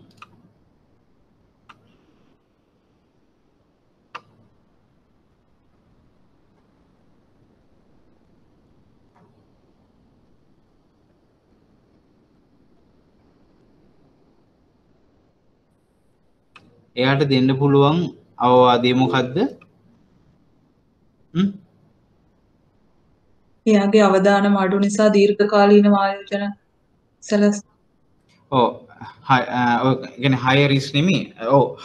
high risk taking ability එකක් තියෙනවා. එයාට සාපේක්ෂව රිස්ක් එකක් ගැනීමේ හැකියාව සහ ඒ මානසික මට්ටම තියෙනවා. ඒ කියන්නේ වෙන යම් මොකක්වත් නෑ කියලා හිතුවොත් වෙන ආබාධයක් ඒ වගේ කෙනෙකුට සහ තව ඉදිරියට එයා හොයනවා එයාගේ ඒජ් එක යන් එයාට ඒ චැලෙන්ජ් එකක් ගන්න පුළුවන්. හරි. ඒතකොට ඒ පැත්තට තමයි ඕගොල්ලන් සුරකුම්පත් රෙකමන්ඩ් කරන්නත් ඕනේ ඒ පැත්තට. කොටස් වෙළඳපොළ මේව කරනවා නම් කොටස් වෙළඳපොළ ඇතුලේ යම් කිසි අවදානමක් සහිත ඒවා එයාගේ පෝර්ට්ෆෝලියෝ එකට එකතු කරන්න පුළුවන්. අනිත් පැත්තෙන් අර වයස අවුරුදු අපි 50ක් 52ක් විතර කෙනෙක් එයා රිටයර් වෙන්න තව අවුරුදු 3ක් විතර යන්නේ. ඒගොල්ලන් කැමති නෑ අවදානමක් ගන්න නඩු හබ වලට පැටලිලා අවදානම් සහිත ව්‍යාපාරවල ඒ වගේ දේවල් වලට මූව් වෙන්න වයසක් නෙමෙයි. ඒගොල්ලන් ඒක ටිකක් රිස්ක් අවර්ස් කට්ටිය ටිකක් රිස්ක් එකෙන් මේ පැත්තට මිදෙන්න බලන කට්ටිය. ඒ කට්ටියට ඔන්න ඔය අවදානම කියන එකේ ඒ ස්කේල් එකේ අඩු පැත්ත දේවල් බොහොමයක් ඕගොල්ලන්ට රෙකමන්ඩ් කරන්න වෙනවා. හැබැයි ඔය දෙකේදිම කියන්නේ ඔය අවදානම් ඒ ස්කේල් එකේ එක පැත්තකම විතරක් ඉන්න කියලා. මොකද අවුරුදු 28 කෙනා කියලා සියල්ලම අවදානමේ දැම්මොත් එයා කොයි වෙලාවක හරි ඒ සියල්ලම අවදානමක ආයෝජනය කරොත් ඒක අවදානම් වැඩි. ඇත්තටම අවදානම් අඩු එකේ තමන්ගේ සම්පූර්ණ ආයෝජනයෙන් 5ක් 10ක් හෝ ඔයගොල්ලන් ඇඩ්වයිස් කරන්න ඕනේ. ඒක තමයි පර්ෆෙක්ට් ඇඩ්වයිස් එක වෙන්න. අරයටත් 55යි කියලා එයාගේ ඔක්කොම සල්ලි ට්‍රෙෂරිස් වල දැම්මොත් ට්‍රෙෂරි බිල්ස් බොන්ඩ්ස් වල දැම්මොත් එයාට හම්බෙන රිටර්න් එක 5ක 6ක 7ක වගේ ඒ වගේ එකක තියෙන්නේ. එතකොට ඒක රිටර්න් වයිස් මදි. අන්න එතකොට ඔය තුන්වෙනි කාරණේ බලපෑමක් එනවා. මොකද අපිට හරි ලේසි අවදානම හරිම අඩුවෙන් ගන්න කියලා අර අවුරුදු 25 වුණත් 30 වුණත් කෙනාට අවදානම් අඩු පැත්තට යොමු කරන්න. නමුත් අපි ඕකේ බැලන්ස් එකක් කරන්න ඕනේ. අන්න ඒක තමයි සම්පූර්ණ ඔය පෝර්ට්ෆෝලියෝ මැනේජ්මන්ට් කියලා ගත්තොත් wealth management, asset management, fund management ඔය ඔක්කොගේම කරන්නේ ඔන්න ඔය දෙක අතර හරියටම ඔප්ටිමම් එක තීරණය කරන එක. එතකොට අපි ෆන්ඩ් එකක් මැනේජ් කරද්දී ඔය ගැලපීම ගන්න එක වෙනස්. නමුත් ඉන්ඩිවිජුවලි අපි ඇඩ්වයිස් කරද්දී ඒක තව වෙනස් වෙන්න පුළුවන්. එතකොට අර වයස කෙනාට අවදානම පැත්ත ටිකක් අඩු කරලා පුළුවන් තරම් වැඩි ප්‍රතිලාභය හම්බෙන්නයි අරයාට සාපේක්ෂව වැඩි අවදානමක් අරන් උපරිම ප්‍රතිලාභයක් ලැබෙන විදිහට. හැබැයි අර අවදානම් ඒ සීමාවෙන් එහාට යන්නේ නැතුව. එතකොට අන්න ඒ පදනම තේරුම් ගන්න ඕනේ ඒ සීමාවල ඉඳලා ඇඩ්වයිස් කරද්දී. හැබැයි ඔය වගේ ප්‍රශ්නවලට හරි උත්තර මේකයි කියලා හරියටම ස්පෙસિෆික් නෑ. ඔයගොල්ලන්ට පුළුවන් ඒක තර්ක කරන්න.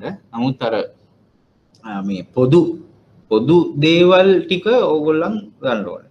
එකක් වයස, අනිත් එක කරන රැකියාව. සමහරට රැකියාව ඊට පස්සේ මේ එයා සමහරට ව්‍යාපාරයක් කරන මේ පුද්ගලයෙක් අවුරුදු 50ක 60ක විතර ව්‍යාපාර කරපු කෙනෙක් වෙන්න පුළුවන්. අවුරුදු 30ක් 40ක්ම ව්‍යාපාර කරපු කෙනෙක්.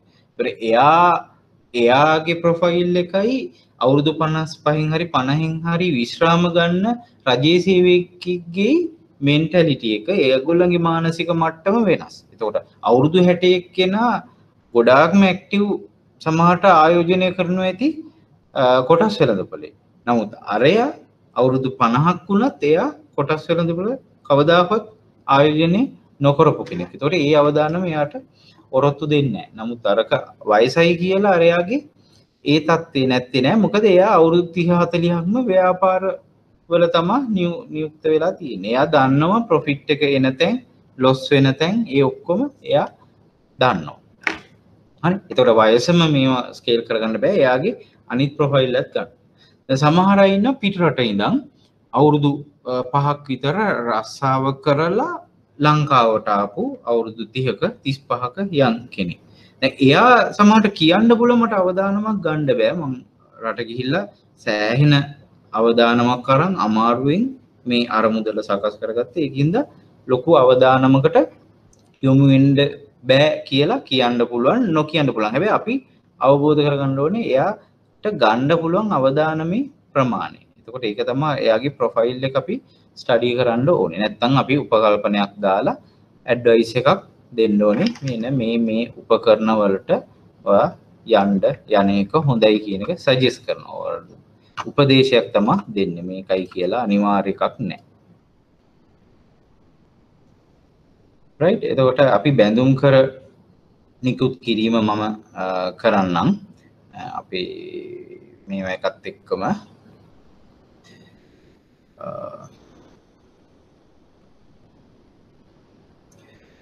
එතකොට ඒක ප්‍රාරක්ෂකයෙකු හරහා සිද්ධ වෙන්නේ. එතකොට බැඳුම් කරයක් නිකුත් කිරීමේදී අධිමිලකට අවමිලකට හෝ සමමිලකට නිකුත් කිරීම සිද්ධ කරන්න පුළුවන්. මම ඒකත් එක්ක බැඳුම් කර වෙළඳපොළ මම කොහොමද වෙන්නේ කියන එක මම කියන්නම්.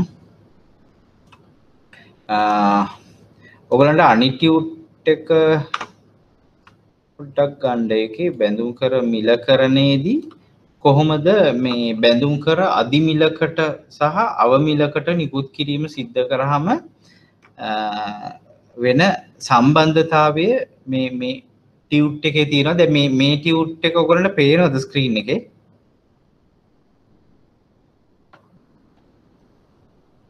පේනවද? පේනවා. ඔව් සර්. හරි. ඔය ටියුට් එක අතිත් තියෙනවනේ. දැන් ඒකේ තියෙන්නේ බැඳුම් කරය කොහොමද ක්‍රියාත්මක වෙන්නේ අධිමිලකට සහ අවමිලකට නිකුත් කිරීමෙන්. එතකොට දැන් අධිමිලයි පොලි අනුපාතයි අතර අනුලෝම සම්බන්ධයක් මම ඒක පැහැදිලි කරන්නම්. ඔයගොල්ලන්ට ස්ක්‍රීන් එක පේනවනේ නේ?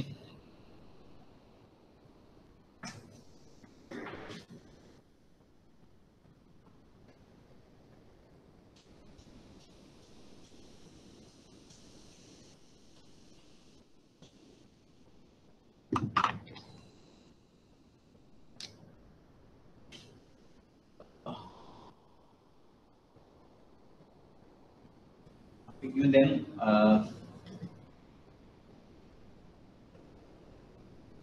මේක පේනව මදිද? මේක පේනවද? පේනවා ඇති සර්. ඇතිද? ඇති zoom කරලා බලන්න පුළුවන්.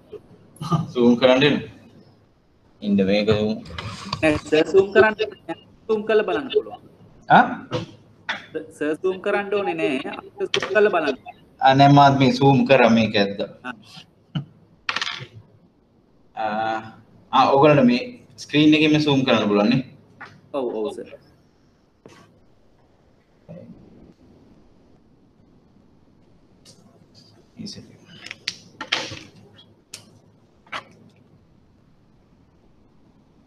අපි ගමු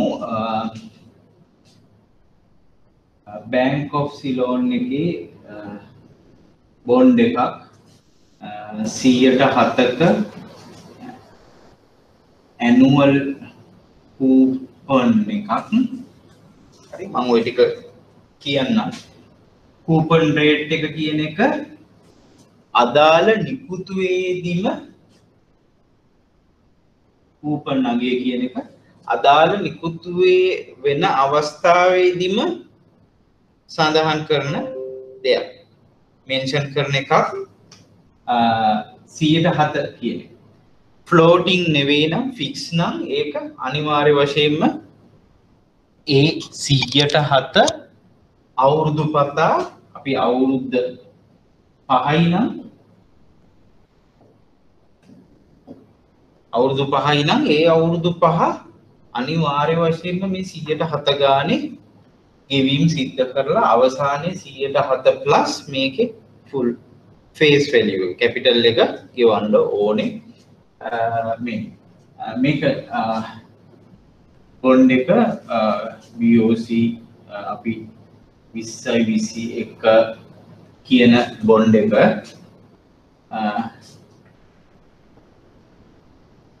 මේක රුපියල් 100කට නිකුත් කරනවා සමමිල.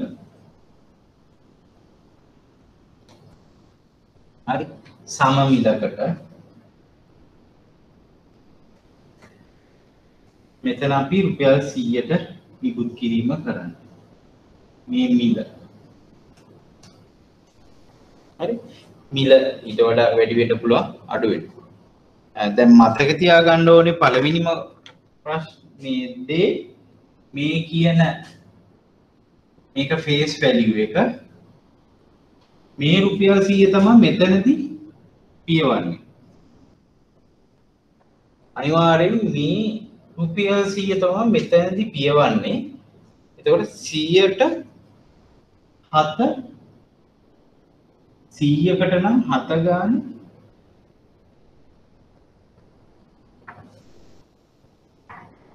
මෙතන 107යි. මෙතන 7 ඒවා 5යි 100යි. තමයි මේගොල්ලන්ගේ මේකේ කෑෂ් ෆ්ලෝ එක වෙන්නේ. නිකුත් කිරීම සිද්ධ කරපුවා. මේකේ පැහැදිලි නැති තැන් තියෙනවා නම් අහන්න. මම මේ කොහොමද මේක බොන්ඩ් එක ඔපරේට් වෙන්නේ කියලා කියන්නේ. එතකොට අපි කියමු සම මිලට නිකුත් කරාම මේකේ කිසිම සැලකිය යුතු දෙයක් නැහැ. අපි කියමු දැන් වෙළඳ පොලේ පොලි අනුපාතය ගත්තොත් 6%යි. 6%. එතකොට සම මිලකට නිකුත් කරොත් අපි 7% ගානේ නිකුත් කිරීම සිද්ධ කරනවා. දැන් අපි කියමු සමාගමට මේක මේ බැංකුවට අවශ්‍යයි ප්‍රීමියම් එකට නිකුත් කිරීම සිද්ධ. 105කට නිකුත් කිරීම සිද්ධ කරන්න අවශ්‍යයි. එතකොට ආයෝජකයාගේ පැත්තෙන් 100 දැන් මේ 105ක් මෙතනදී දුන්නත් අවසානයේ පිය වෙන්නේ 100යි කැපිටල් එක ගෙවන්නේ.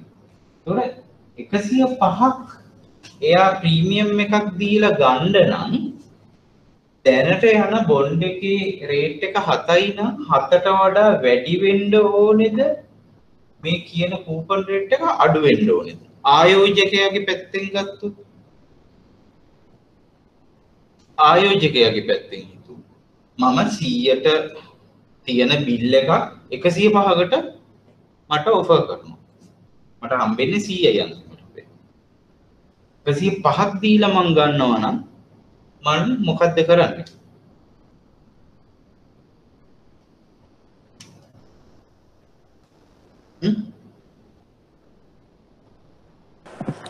ආයෝජකයට අඩු පොලියක් ගෙවනවා. ආයෝජකයට අඩු පොලියක් ගෙවනවා. මෙතන අඩු පොලියක් දෙන්නේ. වැඩි මිලට ගන්න නිසා, නිකුත් කරන නිසා. වැඩි මිලට නිකුත් කරන හින්දා. කල්පනා කරලා බලන්න. ආයෝජකයාට පාඩුයි පොලියත් අඩු වුණොත් ප්‍රීමියම් එකකට යනකොට. ඔව්. වෙළඳ පොලි අනුපාතය වැඩි වුණොත් තමයි යාට වාසි වෙන්නේ 7ට වඩා. ඔව් අනේකයි. දැන් 107 කියන්නේ ස්ටෑන්ඩඩ් රේට් එක. එතකොට අපි 105කට මේ 107ට කිට්ටු වෙන්න නම් මොකද්ද? 7.5කට හදන්න. මේ වෙළඳපොළ අනුපාතයට සාපේක්ෂව අපි පොඩි වෙනසක් කරමු. මේක මේ ඕගොල්ලන්ට ඊට වඩා දැන් මාකට් එකේ රේට් එක 7යි. 7ට තමයි නිකුත් කරන්නේ. මාකට් රේට් එකයි මේක පටල ගන්න එපා. ඒක මම ඊපස්සේ යනකොට කියන්නම්. මාකට් එකේ රේට් එක 7යි. ඒ 7ට තමයි නිකුත් කරන්නේ. නමුත් ඒක 7 වෙන්නේ සම මිලට නිකුත් කරොත්. නමුත් අධි මිලට නිකුත් කරොත්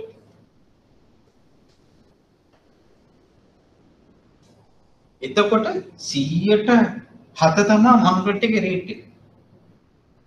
105ට හදලා බලන්න 107 කීය දෙන්නේ?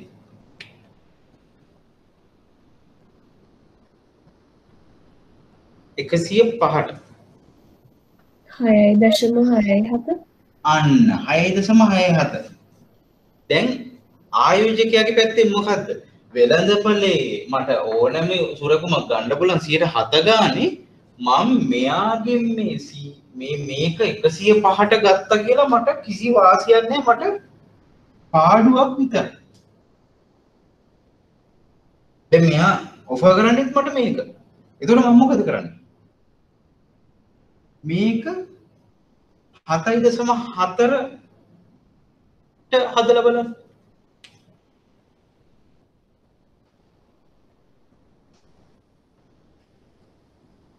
මේ ඔක්කොටම මම කියන්නේ අනිත් පැත්ත හදලා. 7.05යි 7.05 අන්න කිට්ටු වුණා. හරි. 7.05 අන්න එහෙම කරොත් නම් මෙයා ආයෝජකයෝ මෙතෙන්ට එයි. මොකද නොදැන ගන්න බොන්ඩ් එකක් කියන එක සෑහෙන දැනුවත් වීමකින් හරි ලිමිටඩ් ක්‍රවුඩ් එකක් ඉන්වෙස්ටර්ස්ලා ටිකක් ඉන්න එකක් ආයතන තමා ගොඩක් ඉන්න කම්පැනිස් කෝපරේට්ස්ලා තමා ගොඩක් බොන්ඩ්ස් වල බොන්ඩ් මාකට් එකේ ඉන්නේ. අන්න එතකොට මෙන්න මෙතන හැදෙන්නේ මේ 105ක් ඔෆර් කරනවා නම් මට 7.4ක් දෙන්නේ. එතකොට මේ මාකට් රේට් එකට මම මැච් කරනවා. නැත්නම් මම මේ 6 ගාණක් කරන් මේවා කරනවට වඩා මේ මාකට් එකේ මට ඕනම ඉන්ස්ට්‍රුමන්ට් එකක් ගන්න පුළුවන් මේ. තේරුණාද?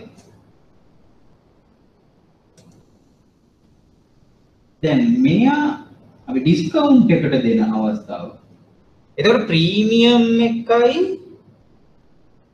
ඉනිෂියල් ඉෂුව එකදී ප්‍රථම වර්ෂ නිකුත් කිරීමකදී අධිමිලකට නිකුත් කරොත් ඒකට තියෙන්නේ අනුලෝම සම්බන්ධතාවයක්. ඒ කියන්නේ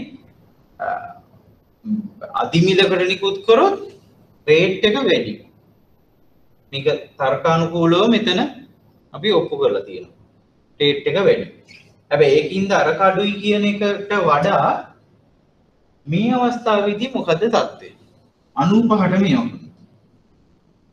100ට නම් 7යි යන්නේ. මට ඕනෑම තැනක මට කිසිම එකක් නැහැ. මාකට් එක හැදිලා තියෙන්නේ ඒකින්ද. මොකද මේ ඉන්ස්ට්‍රුමන්ට් එකකට මාකට් එකේ රේට්ස් වෙනස් කරන්න බෑ. 107. දැන් 95ට 7ක් ගත්තොත් කීයක් වෙයිද? 95ට 7ක් ගත්තොත් 7.3යි. ඔව්. ඒක තමයි. සමාගම මේ 100ක් මැචුරිටි එකේ ගෙවන එකට 95යි ඉල්ලන්නේ. එයා නිකන් ඩිස්කවුන්ට් එකක් දෙන්නේ නැහැ. ඒක එයා ඇඩ්ජස්ට් කරගන්නවා කොහොම හරි මේකට. මේකට කීය දෙන්නේ?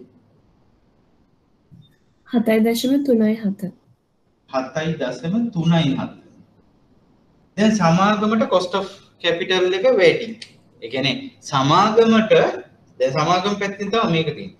සමාගමට මේ 100ට 7 ගානේ 100ට නිකුත් කරලා අර මුදල් රැස් කරගන්න පුළුවන්කම තියෙනවා ඕන තරම් බොන්ඩ් එකක් ඉස්සර. හැබැයි මෙතනදී මොකද වෙන්නේ? 95ක් එයා ඩිස්කවුන්ට් කරනවා නම් එයා 95ට 7ම ගෙවුවොත් එයාට ඉෆෙක්ටිව් රේට් එක වෙනවා යීල්ඩ් එක. මේක තමයි ඵලදාව කියන්නේ. ඵලදාව වෙනවා 7.37. මේක හරි නේද? හරි නේද? මේක වුණාම ඔව් යීල්ඩ් එක වෙනවා 7.37. වැඩිනේ. 0.37ක් වෙළඳපොලේ මම සාමාන්‍යයෙන් ඕනෑම එකකින් ගන්න පුළුවන් එකට වඩා. එතකොට මොකද වෙන්නේ? එහෙම අඩුවට දෙනවා නම් මම රේට් එක ඊට වඩා අඩු ගානකට තමයි මේව කරන්නේ. 95ට 6.7 ගත්තොත් මොකක් වෙයි?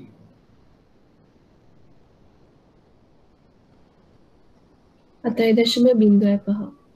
7.05.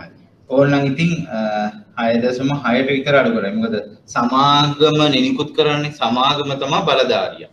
එයාට වාසි පැත්තක එන්න තමයි මේව කරන්නේ.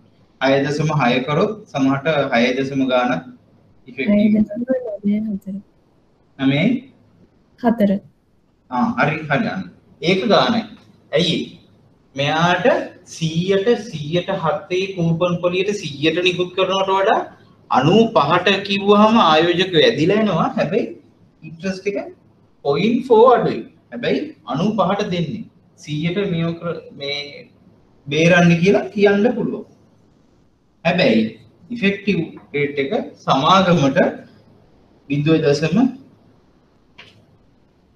0.06ක විතර ලාභයක් තියෙනවා. පොඩි නෑ. මොකද මිලියන 100ක් විතර බැඳුම් කර නිකුත් කරනවා මේ එකපාරකට. මිලියන 100ක් විතර නිකුත් කරනවා. රුපියල් 100 ගාන කිව්වොත් කීයද? 100 වැඩි කිරීම 100. 10යි. එතකොට කීයද මිලියන 10000ක් කියන්නේ කීයද බිලියන වලින් 10 10 බිලියන විතර එතකොට ඒකට මේ වගේ 0.06 කියන්නේ ලොකු ප්‍රමාණයක ඉෆෙක්ට් එකක්. එතකොට ඒ පැත්තට වාසි වෙන තමයි ඒගොල්ලන් කිරීම සිද්ධ කරන්නේ. එතකොට ඉන්නේ ඒ ඇඩ්ජස්ට්මන්ට් එකට තමයි මේක පහළට යනකොට ඉන්ට්‍රස්ට් රේට් එකත් අඩු වෙනවා. උඩට යනකොට ඉන්ට්‍රස්ට් රේට් එක වැඩි වෙනවා. මේක උඩ යනකොට මේක උඩට එනවා. ඒ ටික ඕගොල්ලන් ඇඳගන්න ඔය මම අර chart එකේ fill කරලා නැත්te ඒක fill කරලා වැඩක් නැහැ මේක මේ ඕගොල්ලන්ට explain කරන්න ඕනේ හින්දා මේක පොඩ්ඩක් ඕගොල්ලන් මේ බලාගන්න ඇඳගන්න මේ ගණන් ටටටට ගාලා අනිත් පැත්තට ලියන්න එපා උඩට උඩ යට කියලා මේක පොඩ්ඩක් තේරුම් ගන්න මේක මේ බොන්ඩ් ප්‍රයිසිං වලදී හරි උවමනා වෙන අත්‍යවශ්‍ය දෙයක්. විනාඩි දෙකක් ඒක බලා ගන්න ඇඳ ගන්න. ප්‍රශ්න තියෙනවා නම් අහන්න මයික් එක ඔන් තියෙන්නේ.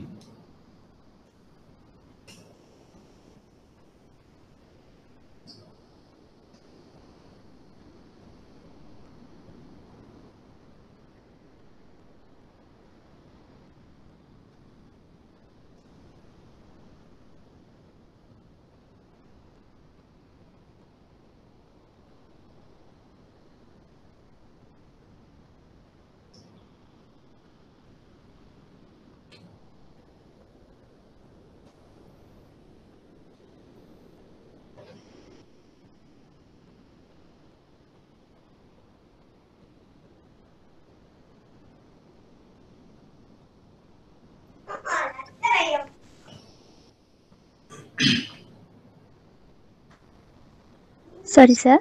ඔව්. කියන්න. සර් මේ අධිමිල මේ තීරණය වෙන්න විදිහ පොඩ්ඩක් ආයෙ කියන්න පුළුවන් සර් තේරුන්නේ නැහැ මට. අධිමිලද? ඔව් සර්. 105ට එනකොට රේට් එකයි එක ඒ ගැලපීම කරන හැටි. 105 වුණාමද? ඔව් සර්. දැන් මෙහෙම. සාමාන්‍ය බෝඩ් එක ටිකක් ඈඩ් කරන්න පුළුවන් පේනවා වම් පැත්ත පේන්නේ නැහැ. මොකද? බෝඩ් එක ටිකක් ඈඩ් කරන්න පුළුවන් ඒක කොටසක් පේන්නේ නැහැ. එහෙමද? ඔක්කොටම එහෙමද? ඔව් සර්. ඒක කලින් කියන්න එපා.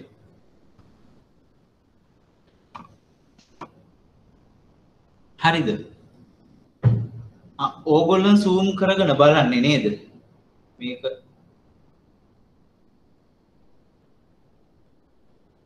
ක්ලියර් ස්ක්‍රීන් එක ලෑන්ඩ්ස්කේප් කරපුවාම ෆුල් බෝඩ් එක පේනවා ස්ක්‍රීන් එක ලෑන්ඩ්ස්කේප් කරලා බලන්න මේ ඕගොල්ලෝ මේ රොටේට් කරන්න හරිනේ මේ අර ඔව් සර් ඔව් ටැබ් එකක් හරි ෆෝන් එකක් හරි ඕන එක ඉතින් පුළුවන් නේ ඒක එතකොට ෆුල් එතකොට පේනවනේ මෙහෙම කරපු මේ ස්ක්‍රීන් එකනේ ඔව් අර මේ උඩ අතර තියාගත්තාම මේ පොඩි පටියක් වගේනේ පේන්නේ මේක ස්ක්‍රීන් එක මෙහෙම තියන්න නැතුව මෙහෙම තිබ්බොත් ඔව් සර් නේද ඒක තමයි ඒක හොඳ පොයින්ට් එකක් ඒක නෝ අර ප්‍රශ්නයක් ඇහුවා ඒක තමයි මේ රයිට් ඔයගොල්ලෝ සුන් කරන්න. ඒතර 105 මොකක්ද ප්‍රශ්නේ? ඒතකොට දැන් මාකට් එකේ සම්මතය. මාකට් එකේ සාමාන්‍ය වශයෙන් ක්‍රියාත්මක වෙන්නේ කොහොමද? 100 නම් බොන්ඩ් එක 100යි, පියවන්නේ 100යි. ඒකට මාකට් එක කියන්නේ 107යි. ඒකින්ද 107 නිකුත් කරනවා. ඒතකොට ඒ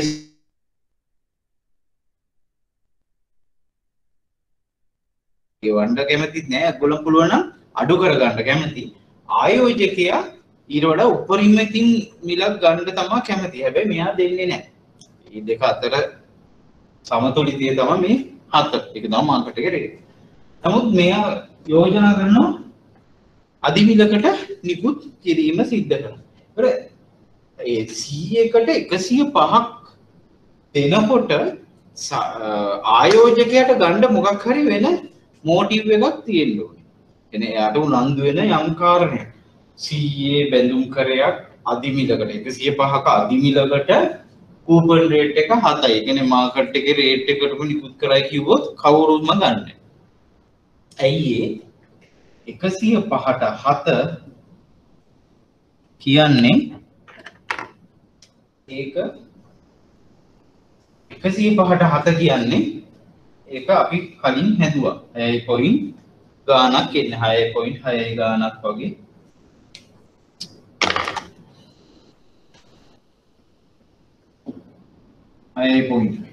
එතකොට ආයෝජකයා ඉල්ලන්නේ නැහැ ඒ වගේ දෙයක්. එයා ඊට වඩා වැඩි දෙයක්.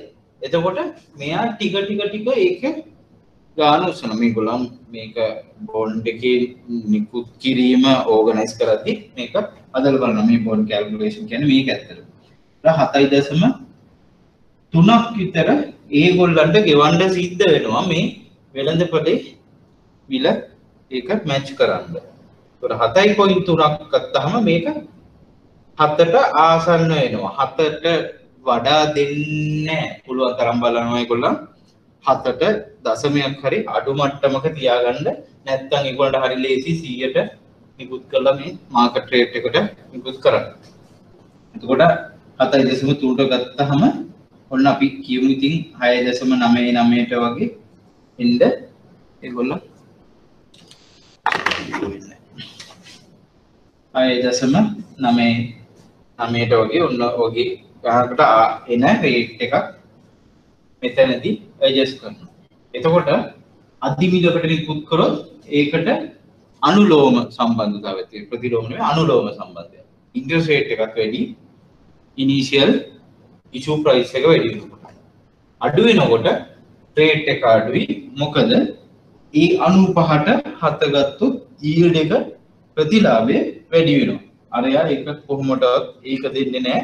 මොකද මේගොල්ලන් කොහොමද බලන්නේ මේ රේට් එකට වඩා අඩුවෙන් 6.5ට දෙන්න පුළුවන් නම් ඒත් හොඳයි. මාකට් රේට් එකට වඩා අඩුවෙන්. හැබැයි මාකට් රේට් එකට කිට්ටු ගානකට තමයි ආයෝජකයෝ ගෙන්න ගන්නත් එපා. නැත්තම් ගොඩාක් අඩුවට දුන්නොත් ඒක වෙන්නේ නැහැ. එතකොට මේ වගේ 6.6ට වගේ දාලා අධිමිලකට දුන්නාම 9.7.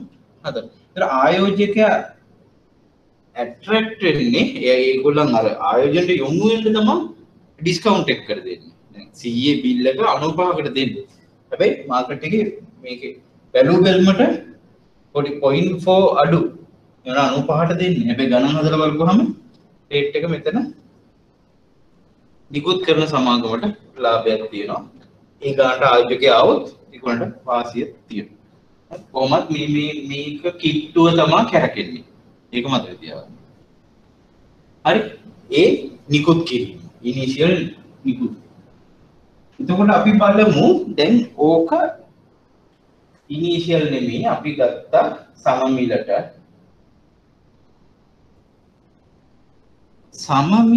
ගත්ත බිල් එකක් වෙනස් වීම කීපයකට ලක් වෙනවා. දැන් කූපන් මේක ලියාගත්තද?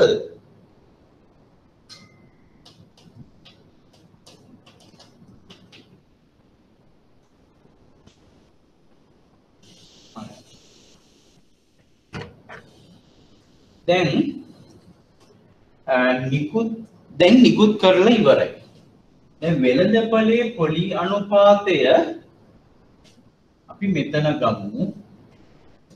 පළවෙනි අවුරුද්දේ අන්තිමේදී වෙළඳපොළ පොලි අනුපාතය ඉහළ යනවා.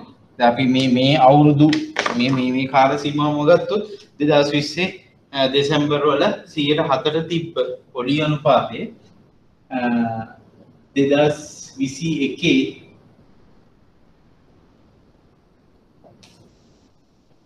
දෙසැම්බර් එකේදී පළවෙනි එක එන කාලේ 108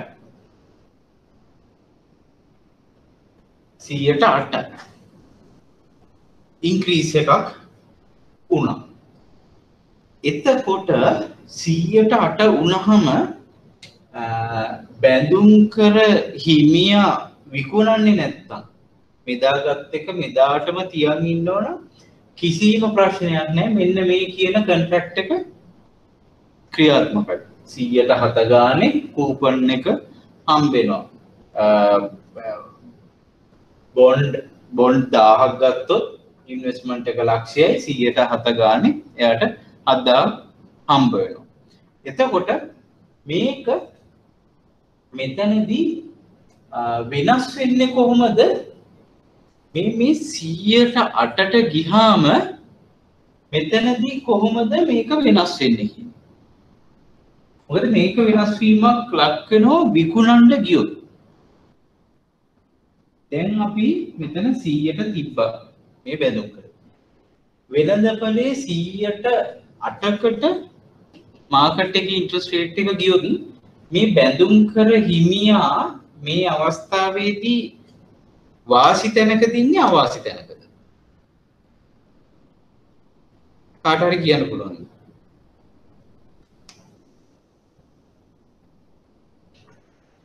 මේ ඉන්න පොසිෂන් එක. එයා මේ විකුණන්න අදහස් කරනවා නම් එයා ගාව තියෙන බිල් එක ස්ථාවරව 107 බිල් එකක් නම් එයාතේ තියෙන්නේ. වෙළඳපොලේ 108ක නම් තියෙන්නේ. එයා කොයි වගේ අවස්ථාවකද ඉන්නේ? පළවෙනි අවුරුද්දේ අන්තිමේදී වෙළඳපොලේ 108ක් ගියා. ආයෝජක බොන්ඩ් හෝල්ඩර් බොන්ඩ් එක ඔයගොල්ලන් අරන් තියෙන්නේ. වාසිද අවාසිද?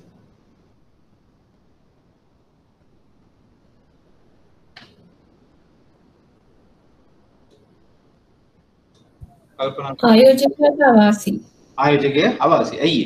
දැන් මම එදා ඒක නැතුව මේ අවුරුද්ද බලන් හිටියනම් අද 108යි බොන්ඩ්ස් වල ප්‍රයිස්. දැන් මේ අවුරුද්දේ දෙසැම්බර් 2021 දෙසැම්බර් මේව කරන ඉන්වෙස්ට් කරන ඉන්වෙස්ටර් කෙනෙකුට බොන්ඩ් එකක් ගත්තොත් 108ක්. දැන් මම 107 එකේ මං අතේ තියන්නේ. එතකොට එතන පාඩුවක් තියෙනවා. එතකොට දෙවෙනි කාරණේ තමයි අනිත් ආයෝජකයත් මේ මුල් ආයෝජනයේදී වගේමයි මාකට් එකට ඕක හරි ගස්සනවා. 100ට දැන් 7ක්නේ බිල් එකේ 7ක් ගන්නෙ නෑ 108ක් යන මාකට් එක. එතකොට ඒකේ ජස් වෙන්නේ මෙන්න මේ ප්‍රයිස්. මේ ප්‍රයිස් එක මේ කාලාන්තරයත් එක්ක වෙනස් වෙනවා. මෙන්න මේ වෙළඳපොළ පොලි අනුපාතය කියන විචාරය මත මේක වෙනස් වීම මත මේක සම්පූර්ණ මේ ප්‍රයිස් එක වෙනස් වෙනවා. ඒතකොට මේ 107 මේ given එක මෙයාට පාඩු නොවෙන්න දැන් 8ක් වෙලානේ. 8ක් වෙන්න මෙයා මොකද කරන්න වෙන්නේ?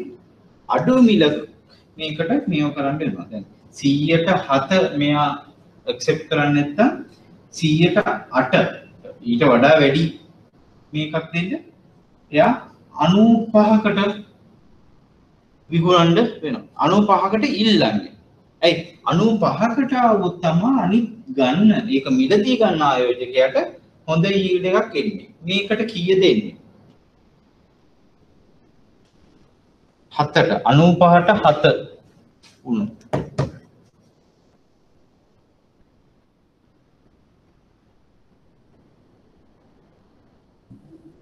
හතයි දශම 3.6 7.3.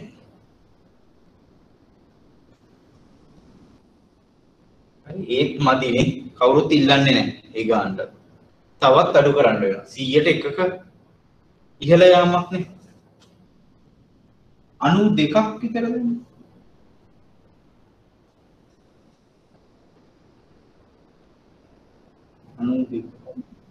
7.6යි 1. 7.6යි 1. ඒ 92කට ආව. අන්න ටිකක් වෙන ආයෝජකෙක් එන්න ඉඩකඩක් තියෙන මොකද මෙන්න මේකට ලං වෙනවා. අන්න එතකොට මොකද්ද තියෙන සම්බන්ධතාවය පොලි අනුපාතයට මිල ප්‍රතිලෝම සම්බන්ධයක් තියෙන. ඒ කියන්නේ මේක වැඩි වෙනකොට මේක අඩු වෙනවා. හැබැයි ඒ විදිහට කටපාඩම් කරගන්න එපා. මෙන්න මේ yield එක හදලා ඕගොල්ලෝ ඒක සම්පූර්ණ ඔළුවට ධාරණය කරගන්න bond pricing bond calculations මේ ඔක්කොම යන්නේ ඒක උඩ. මේක විචල්්‍ය 100. හැබැයි මතක තියාගන්න ඕක බලපාන්නේ නැති එකම එක කොට්ටාසයක් ඉන්නවා. මේක maturity එක වෙනකන් තියාගන්න කෙනා. එයාට ඔය කිසි දෙයක් අදාළ නැහැ. මේක කොයි අතට හරි ගිහිල්ලා අන්තිමට ඉවර වෙන්නේ 100. 100ට ඒ අදාළ maturities අඩු වෙලා තමයි මේ ගෙවලා තමයි ඒක වෙන්නේ. නමුත් මේක අතරමැද්දේ විකුණන්න ගියාම ඔන්න ඔය විදිහට තමයි මේ yield එක හැදෙන්නේ. මේක 92කටත් බැරුව 90ට හැදුවොත් තව 8ට කිට්ටු වෙයි.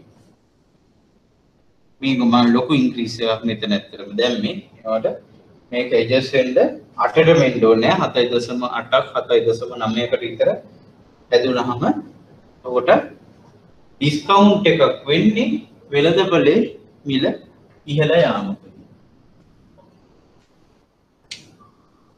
අපි ඒකින් ඊටත් පස්සේ අවුරුද්දේ 2022 දෙසැම්බර් වලට ගත්තොත් 6.2කට වෙළඳපොලේ ඇවිල්ලා දෙවෙනි අවුරුද්දේ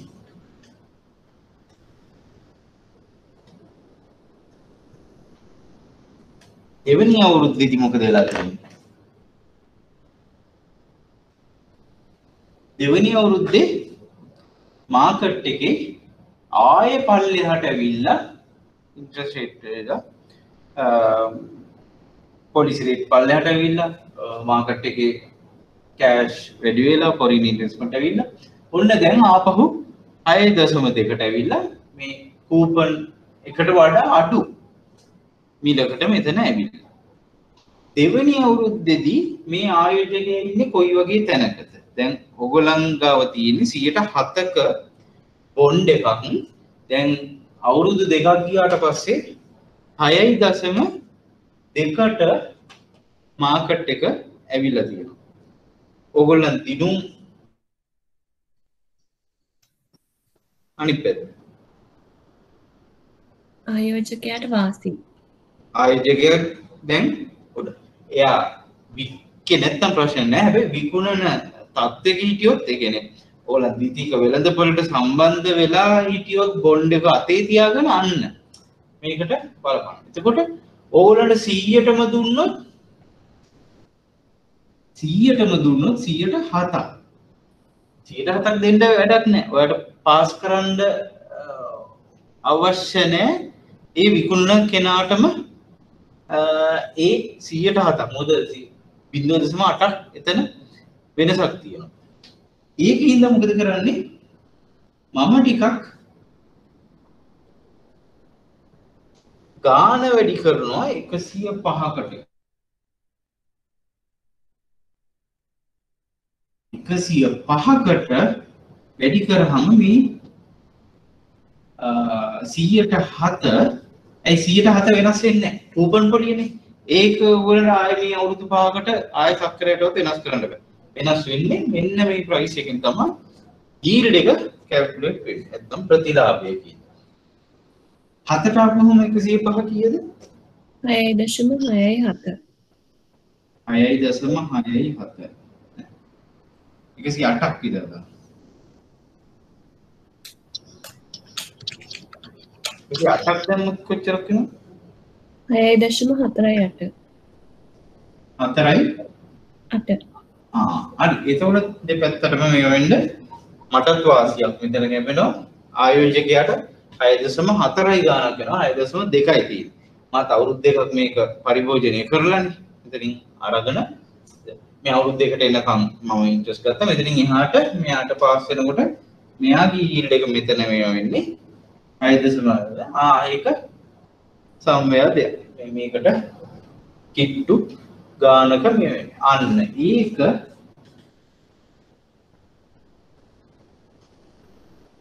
එතකොට වැඩි වෙනවා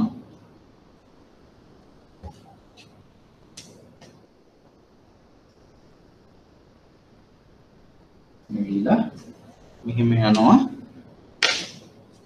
ඒක තියෙන්නේ ප්‍රතිලෝම සම්බන්ධයක් අරකට එක්ක ඉනිෂියල් ඉෂුව එකේදී අනුලෝම සම්බන්ධයක් හැබැයි ඕගොල්ලන්ට ඕක හරියටම අනුලෝම ප්‍රතිලෝම කටපාඩම් කරනවට වඩා ඔය විදිහ ඕගොල්ලන් ඔළුවේ තියාගෙන ඉස්සලා ඔළුවෙන් ඒක එකක් හදාගන්න ඕන කරනවා ඉස්සරහට ලේසි බොන්ඩ් කැල්කියුලේෂන් වල දේවල් ඕනෑම දෙයක් එතකොට අවබෝධ කරගන්න ලේසි ඒ විදිහ මේක ඕගොල්ලන් කැමති පිළිවෙලකට මේ ටික දාගන්න කොහොමද මේකේ වෙනස් වීම සිද්ධ වෙන්නේ මේ zoom කරලා බලන්න පුළුවන් මම පාට දෙකකින් මේවා කරේ මම විනාඩි 2ක් දෙන්නම් ඒක පොඩ්ඩක් ඕගොල්ලන් සටහන් කරමු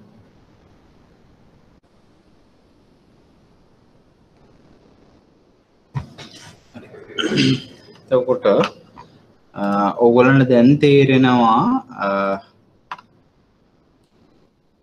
මේකේ කොහොමද බැඳුම් කරක අදිමිල හෝ අවමිලකට නිකුත් කිරීම සිද්ධ වෙන්නේ සහ ඒ කියන ටයිම් පීරියඩ් එකේදී කොහොමද මේක වෙනස් වෙන්නේ කියන එක. ඒතකොට අදිමිලකදී පොලි අනුපාතයට සාපේක්ෂව වැඩි පොලියක් අවමිලකදී ඒකට සාපේක්ෂව අඩු පොලියක්. ඒ කියන්නේ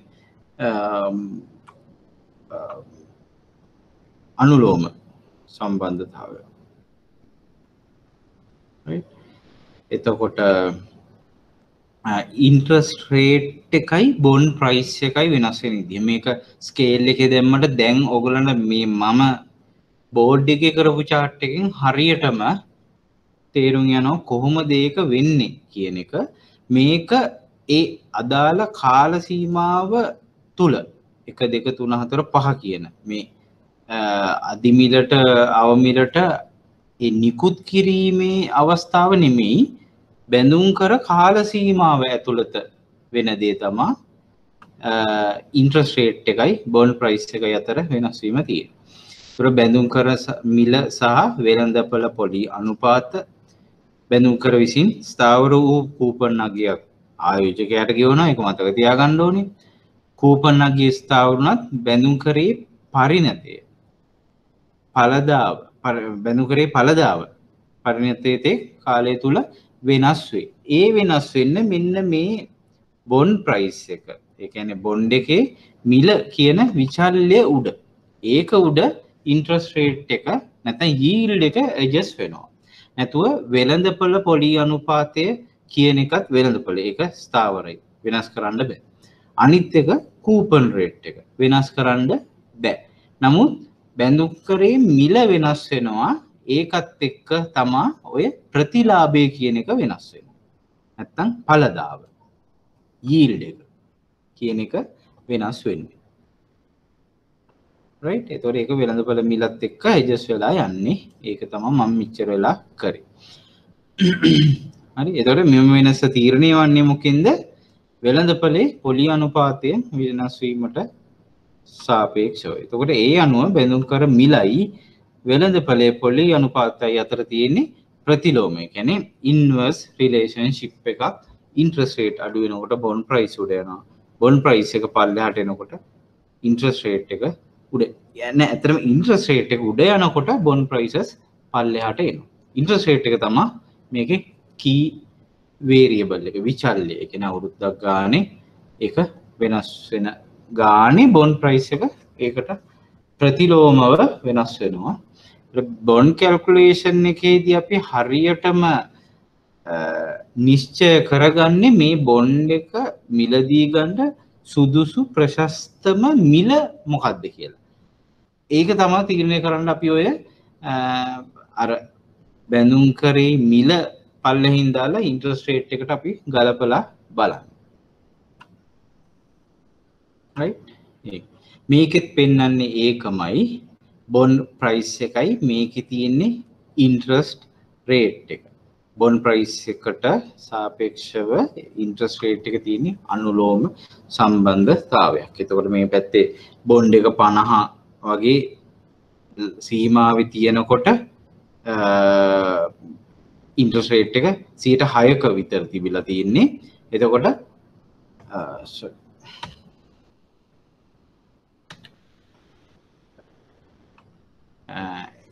තියෙන්නේ ඊට පස්සේ කාලේ යනකොට ඉන්ට්‍රස්ට් රේට් එක පල්ලෙහාට ඇවිල්ලා තියෙනවා. පල්ලෙහාට එනකොට බොන්ඩ් එකේ ප්‍රයිස් එක 55 වගේ ඉඳලා 60 වගේ ඉඳලා 100 150 200 වෙනකන් ගිහිලා තියෙනවා.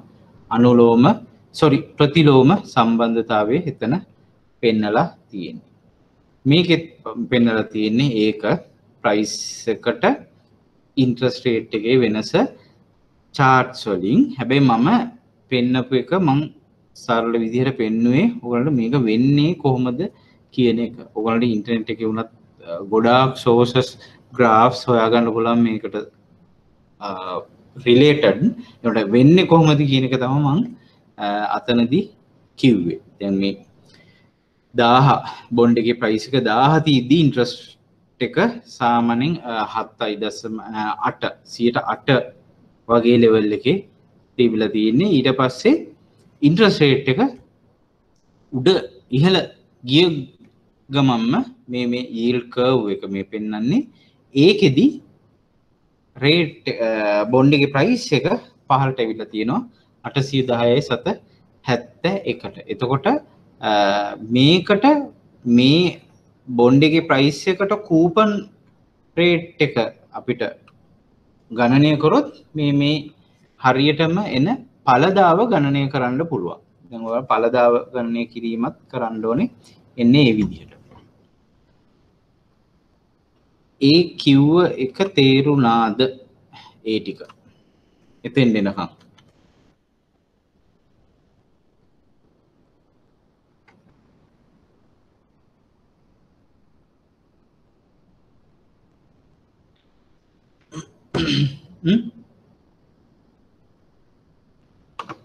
ඉන්නවද ඒක පැහැදිලි මදි කන්ෆියුස් තව ඒ කියන්නේ ඔයගොල්ලෝ තව ටිකක් ආපහු සැරයක් බලන්න වෙයි ඉස්සල්ලාම සැරේ මේක අහනවා නම් ගිය සෙෂන් එකේ මම මේ charts ටික මේව කරේ නෑ ඇත්තටම මේකට වඩා වෙනස් charts ටිකක් මම use කරේ ඒ නමුත් මම කිව්වේ මෙන්න මේ concept එකම තමයි ඒ ටික නොතේරුනොත් පොඩ්ඩක් ඔයගොල්ලන් ආපහු ඒක මතක් කරන්න මම කියන්නම්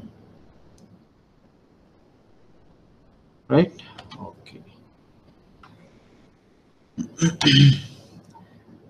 ඊට පස්සේ මම අපි ටියුට් එකට යමු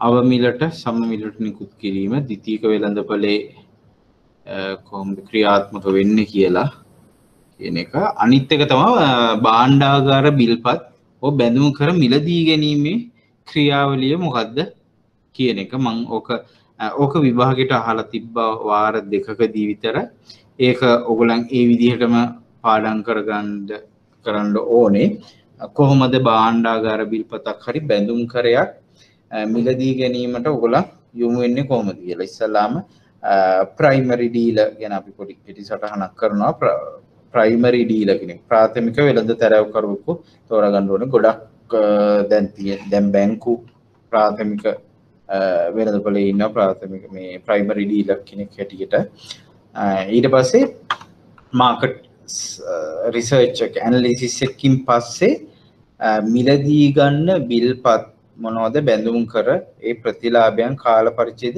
තීරණය කරනවා.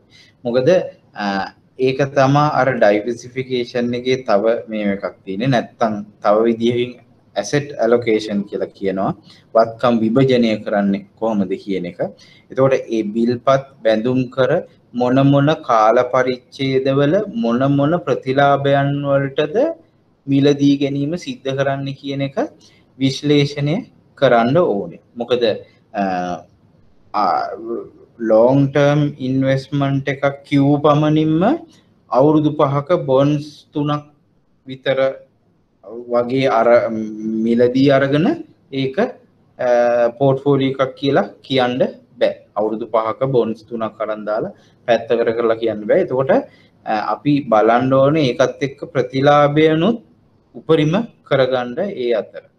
මොකද අවුරුදු 5කට ඒක අරන් දැම්මොත් ඒකේ ද්‍රවශීලතාවයේ ප්‍රශ්නයක් තියෙනවා. මොකද අපිට කියන්න පුළුවන් අවුරුදු 5ට අරන් දැම්මොත් අනිවාර්යයෙන්ම ඔයාලට කූපන් පොලිය හම්බෙනවා, ද්විතීයික වෙළඳපොලේ විකුණන්න පුළුවන් කියලා. හැබැයි දැන් ඕගොල්ලන්ට තේරෙනවා ද්විතීයික වෙළඳපොලේ විකිණීම කියන එකත් ලොකු ප්‍රශ්නයක් වෙනවා බැඳුම් කරවලදී. මොකද වෙළඳපොලේ මිල උඩ පහළ යනවා වෙළඳපොලේ පොලි අනුපාතයන්ට සාපේක්ෂව. එතකොට කැපිටල් ලොස් එකක් මේ ප්‍රාග්ධන අලාභයක් වෙන්න පුළුවන් එක්තරා අවස්ථාවකදී. අපි මේ උඩ අර අපි ටියුට් එකේ කරපු ඒ වගේ සමහර අවස්ථාවලදී මෙතනින් පල්ලෙහා රේන්ජ් එකම මෙයාට කැපිටල් ලොස් එකක් තමයි වෙන්නේ. කැපිටල් ලොස් එකක් රුපියල් 100ට ගත්ත බැඳුම් කරේ තමයි මෙයා 95ට විකුණන්න වෙන්නේ. එතකොට එතන කැපිටල් ලොස් එකක් වෙනවා. ඒකට මෙයා ගත්ත ඉන්ට්‍රස්ට් එක අඩු කරන්න ඕනේ. නමුත් කැපිටල් ලොස් එකක් වෙන්න පුළුවන් ලොකු ඉන්ට්‍රස්ට් රේට් හයික් එකක් වුණොත්. ඉන්ට්‍රස්ට් රේට් හයික් එක ගොඩක් වැඩි වුණොත් එතනදී අනිවාර්යයෙන්ම ප්‍රශ්නයක් වෙනවා. කැපිටල් ලොස් එකක් කියන එක වෙනවා. ඒතර ෂෙයාර්ස් වලදී විතරක් නෙමෙයි කැපිටල් ලොසස් වෙන්නේ.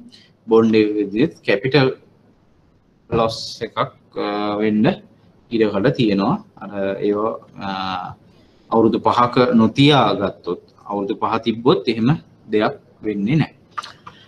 ඊට පස්සේ ලංසු තැබීම සිද්ධ වෙන. ඒ කියන්නේ බිඩ් කරනවා අපි 5 මිලියන් තමා බොන්ඩ්ස් බිල්ස් වලට තියෙන ආවම ලිමිට් එක. එතකොට T+2 කියන්නේ ගෙවීම් පියවීමේ දින ගණන. transaction plus 2 days වලින් තමයි ගෙවන්නේ. කොටස් සඳහා එක එක කාලෙට වෙනස් වුණා. T+7 උත්තාව කාලයක්. දැන් T+3 transaction date එකෙන් පස්සේ දවස් 3ක් වැඩ කරන දවස් 3ක් තියෙනවා ගෙවීම් පියවීමට කාලය. ඊට පස්සේ බිල්පත්වල CDS ඒ ගිණුම් වලට හම්බ වෙනවා. ඒත් එක්ක කූපන් රේට්ස්, ඩිවිඩන්ඩ්ස් ඒ ඔක්කොම බැංකුව වෙත යනවා. ඉස්සර වගේ චෙක්ස් එන්නේ නැහැ, ගෙදරට එන්නේ නැහැ, කෑෂ් දෙන්නේ නැහැ. කෙලින්ම බැංක් account එකට තමයි ඩිපොසිට් වෙන්නේ දැන්. right. ඊට පස්සේ බැඳුම් කර නිකුතුවේදී අපි සලකා බලන අනිකුත් සාධක කීපයක් තියෙනවා. අනික් ණය උපකරණ වලට සාපේක්ෂව අපි නිකුතුවේ අවශ්‍යතාවය හරි ඒක තීරණය කරන සාධක කීපයක් තියෙනවා. සමාගමක් වුණාම සමාගමකට අවස්ථා දෙකක් තියෙනවා. ඔප්ෂන් දෙකක් තියෙනවා ඒගොල්ලන්ට නිකුත් කරන්න මූලික වශයෙන්ම. එකක් තමයි කොටස් නිකුතුවකින් අරමුදල් සපයා ගැනීම. අනිත් එක තමයි ණය උපකරණයක් නිකුතුවකින්. ඒතකොට ණය වැඩි වෙන්නේ ණය නිකුතුවකින් අරමුදල් සපයා ගැනීම. ඒතකොට ඕකට ඍජුවම බලපාන එකම ලොකුම සාධකය තමයි පොලි අනුපාතය. ඒතකොට පොලි අනුපාතය වැඩි කාලයක අපි යොමු වෙන්නේ කොටස් නිකුතුවකටද ණය නිකුතුවකටද? රේට් එක වැඩි කාලයක. මාකට් එකේ ඉන්ට්‍රස්ට් රේට් එක වැඩි කාලයක. කියන්න පුළුවන්ද? කොටස් නිකුතුවකට වැඩි කාලයක. ඇයි ඒ? එක සාධකයක්.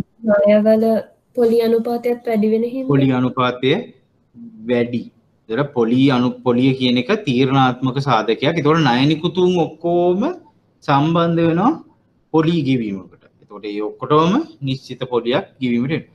අර ඩිවිඩන්ඩ් එක අයියේ ඩිවිඩන්ඩ් එක බලපාන්නේ නැත්තේ. ඩිවිඩන්ඩ් එක මොන කොයි තරාතිරමේ සමාගමක් වුණත් ඒ අධ්‍යක්ෂක මණ්ඩලයේ තීරණය උඩ තමයි ඒක ගෙවන්න තීරණය කරන්නේ. සත්‍ය 5ක්වත් නොගෙවා ඉන්න පුළුවන්. ඒක සමාගමට නැවත ඒ නැවත ප්‍රතිආයෝජනය කරන්න අවශ්‍යයි කිව්වොත් ඒගොල්ලන් කීයක්වත් ඩිවිඩන්ඩ් ගෙවන්නේ නැහැ. ඒතකොට ඒක පොලි අනුපාතයත් එක්ක සම්බන්ධ වෙන්නේ ඒක සමාගමේ ඩිවිඩන්ඩ් පොලිසි එකක් විදිහට යනවා. ලාභාංශවල ඒගොල්ලන්ගේ ප්‍රතිපත්තියක් විදිහට ඒක ඉන්ටර්නල් දෙයක්. නමුත් මාකට් එකේ පොලි අනුපාතයේ තීරණාත්මක සාධකයක් ඕගොල්ලන්ට දුන්නොත් ණය නිකුතුවක්ද කරන්නේ හිමිකම් නිකුතුවක්ද? ඒ කියන්නේ කොටස් නිකුතුවක්ද කියන එකද පොලි අනුපාතයේ වැඩි නම් ඕගොල්ලන් යොමු වෙන්නේ කොටස් නිකුතුවකට. පොලි අනුපාතයේ අඩු නම් අන්න ඕගොල්ලන් ණය නිකුතුවකට යන්න පුළුවන්. සාමාන්‍යයෙන් හවුසින් පර්සනල් ලෝන් එකක් ගත්තත් ඔය දේ හිතනවා. ඒතකොට මේ පැත්තම සමාගම පැත්තෙන් තීරණය කරන්න තමයි එතන තියෙන්නේ. බදු අනුපාතය සහ බදු ප්‍රතිපත්ති බලපානවා. මොකද ණයට සමාගම් වල ණයට ගෙවන පොලිය බදු ගෙවන ලාභයෙන් අඩු කරන්න පුළුවන්. ඒගොල්ලන් ලාභ මත බදු ගෙවනවා. හැබැයි ඒ ලාභයෙන් අඩු කරන්න පුළුවන් ඒ පොලිය.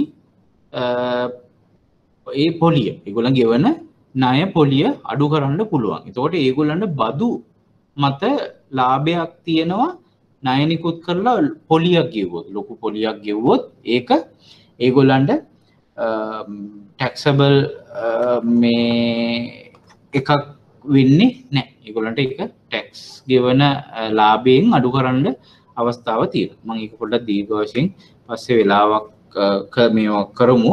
බදු ප්‍රතිපත්තිත් ඒ වගේම බලපානවා. මොකද අනාගතයේදී සමාගම් වලට බදු සහන දෙන ඒ වගේ බදු ප්‍රතිපත්තියක රජයේ ඉන්නවනම් බොහෝ දුරට අපිට ණය උපකරණ වලට යොමු වෙන්න පුළුවන් වෙයි. ඊට පස්සේ ලාභාංශ මත බදු ඒ වගේ දේවල් වලට ගියොත් එහෙම ඒ පැත්තෙන් කොටස් නිකුතුව ගැනත් සලකා බලන්න පුළුවන්. ඒ පැත්තට යොමු වෙනවද නැද්ද කියන එක. රයිට්. එතකොට ඒක තමයි මූලික තීරණ ගන්න ඕනේ ණය උපකරණ නිකුත් කරනකොට බැඳුම් කර ණය කර වගේම අනිත් පැත්තෙන් හිමිකම් නිකුතුවට සාපේක්ෂව මේ තීරණය කරන සාධක තමයි ඒ. ඊට අමතරව ප්‍රාරක්ෂකයින්ගේ අවශ්‍යතාවය කියන්නේ ප්‍රාරක්ෂකයෙකු මත නිකුත් කිරීම සිද්ධ කරන්න පුළුවන්. ප්‍රාරක්ෂකයෝ කිහිප දෙනෙක් යොදා ගන්න අවස්ථා තියෙනවා අතිවිශාල නිකුතුන් වලදී. ඊට පස්සේ අවසරයන් ලබා ගැනීම මම ඒ ටික අනිත් දවසේ වෙනම කියන්නම්. මිල තීරණයේ නිකුතුව කියන කොටසින් අපි මේව කරමු. මේවා පොඩි දේවල්. එතන ඉහාට එන්නේ ඊට පස්සේ වර්තමාන ප්‍රතිලාභයයි කල්පිරණ ප්‍රතිලාභයයි ඊට පස්සේ ගණනය කිරීම වලට අපි එන සතියේ යම් වර්ග වල අපි තව ටිකක් කරන්න තියෙනවා. මේකට අමතරව මම එක නෝට් එක කියනකොට මම දෙන්නම්. right.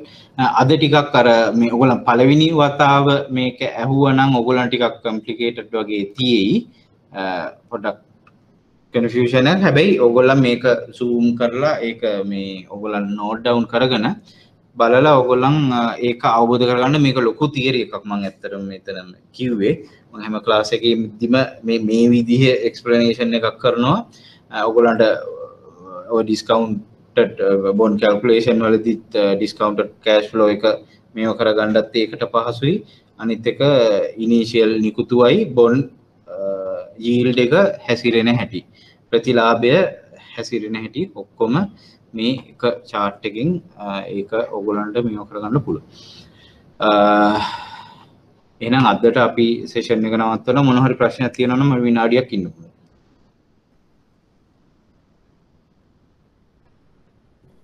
බදු සහන දෙන්නේ ණය උපකරණ වලට විතරද නැත්නම් කොටස් වලදී එහෙම මොකද ගන්න පුළුවන්ද බදු සහන?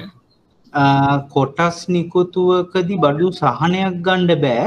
හැබැයි මම ඒක ෂෙයා මාකට් එකේදී කියන්නම් කොටස් නිකුත් කරන්න, ඒ කියන්නේ සමාගමක් ලිස්ට් කරන්න, ඒ කියන්නේ ලයිස්තුගත කරන්න, කොටස් නිකුතුවකට යන්න, මේ අලුතෙන් කොටස් නිකුත් කරන්න මේ ගවර්න්මන්ට් එකේ වෙන කන්සෙෂන්ස් දෙනවා.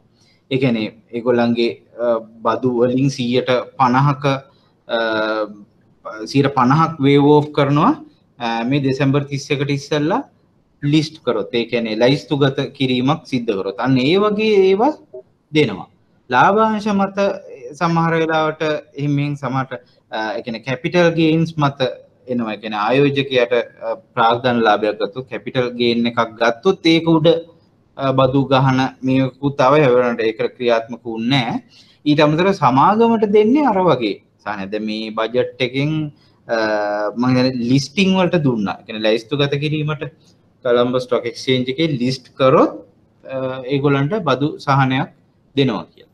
මොකද ඒක අපේ කැපිටල් මාකට්ස් ඩෙවලොප් කරන්න මොකද ඒකට ෆොරින් ඉන්වෙස්ටර්ස්ලා එනවා.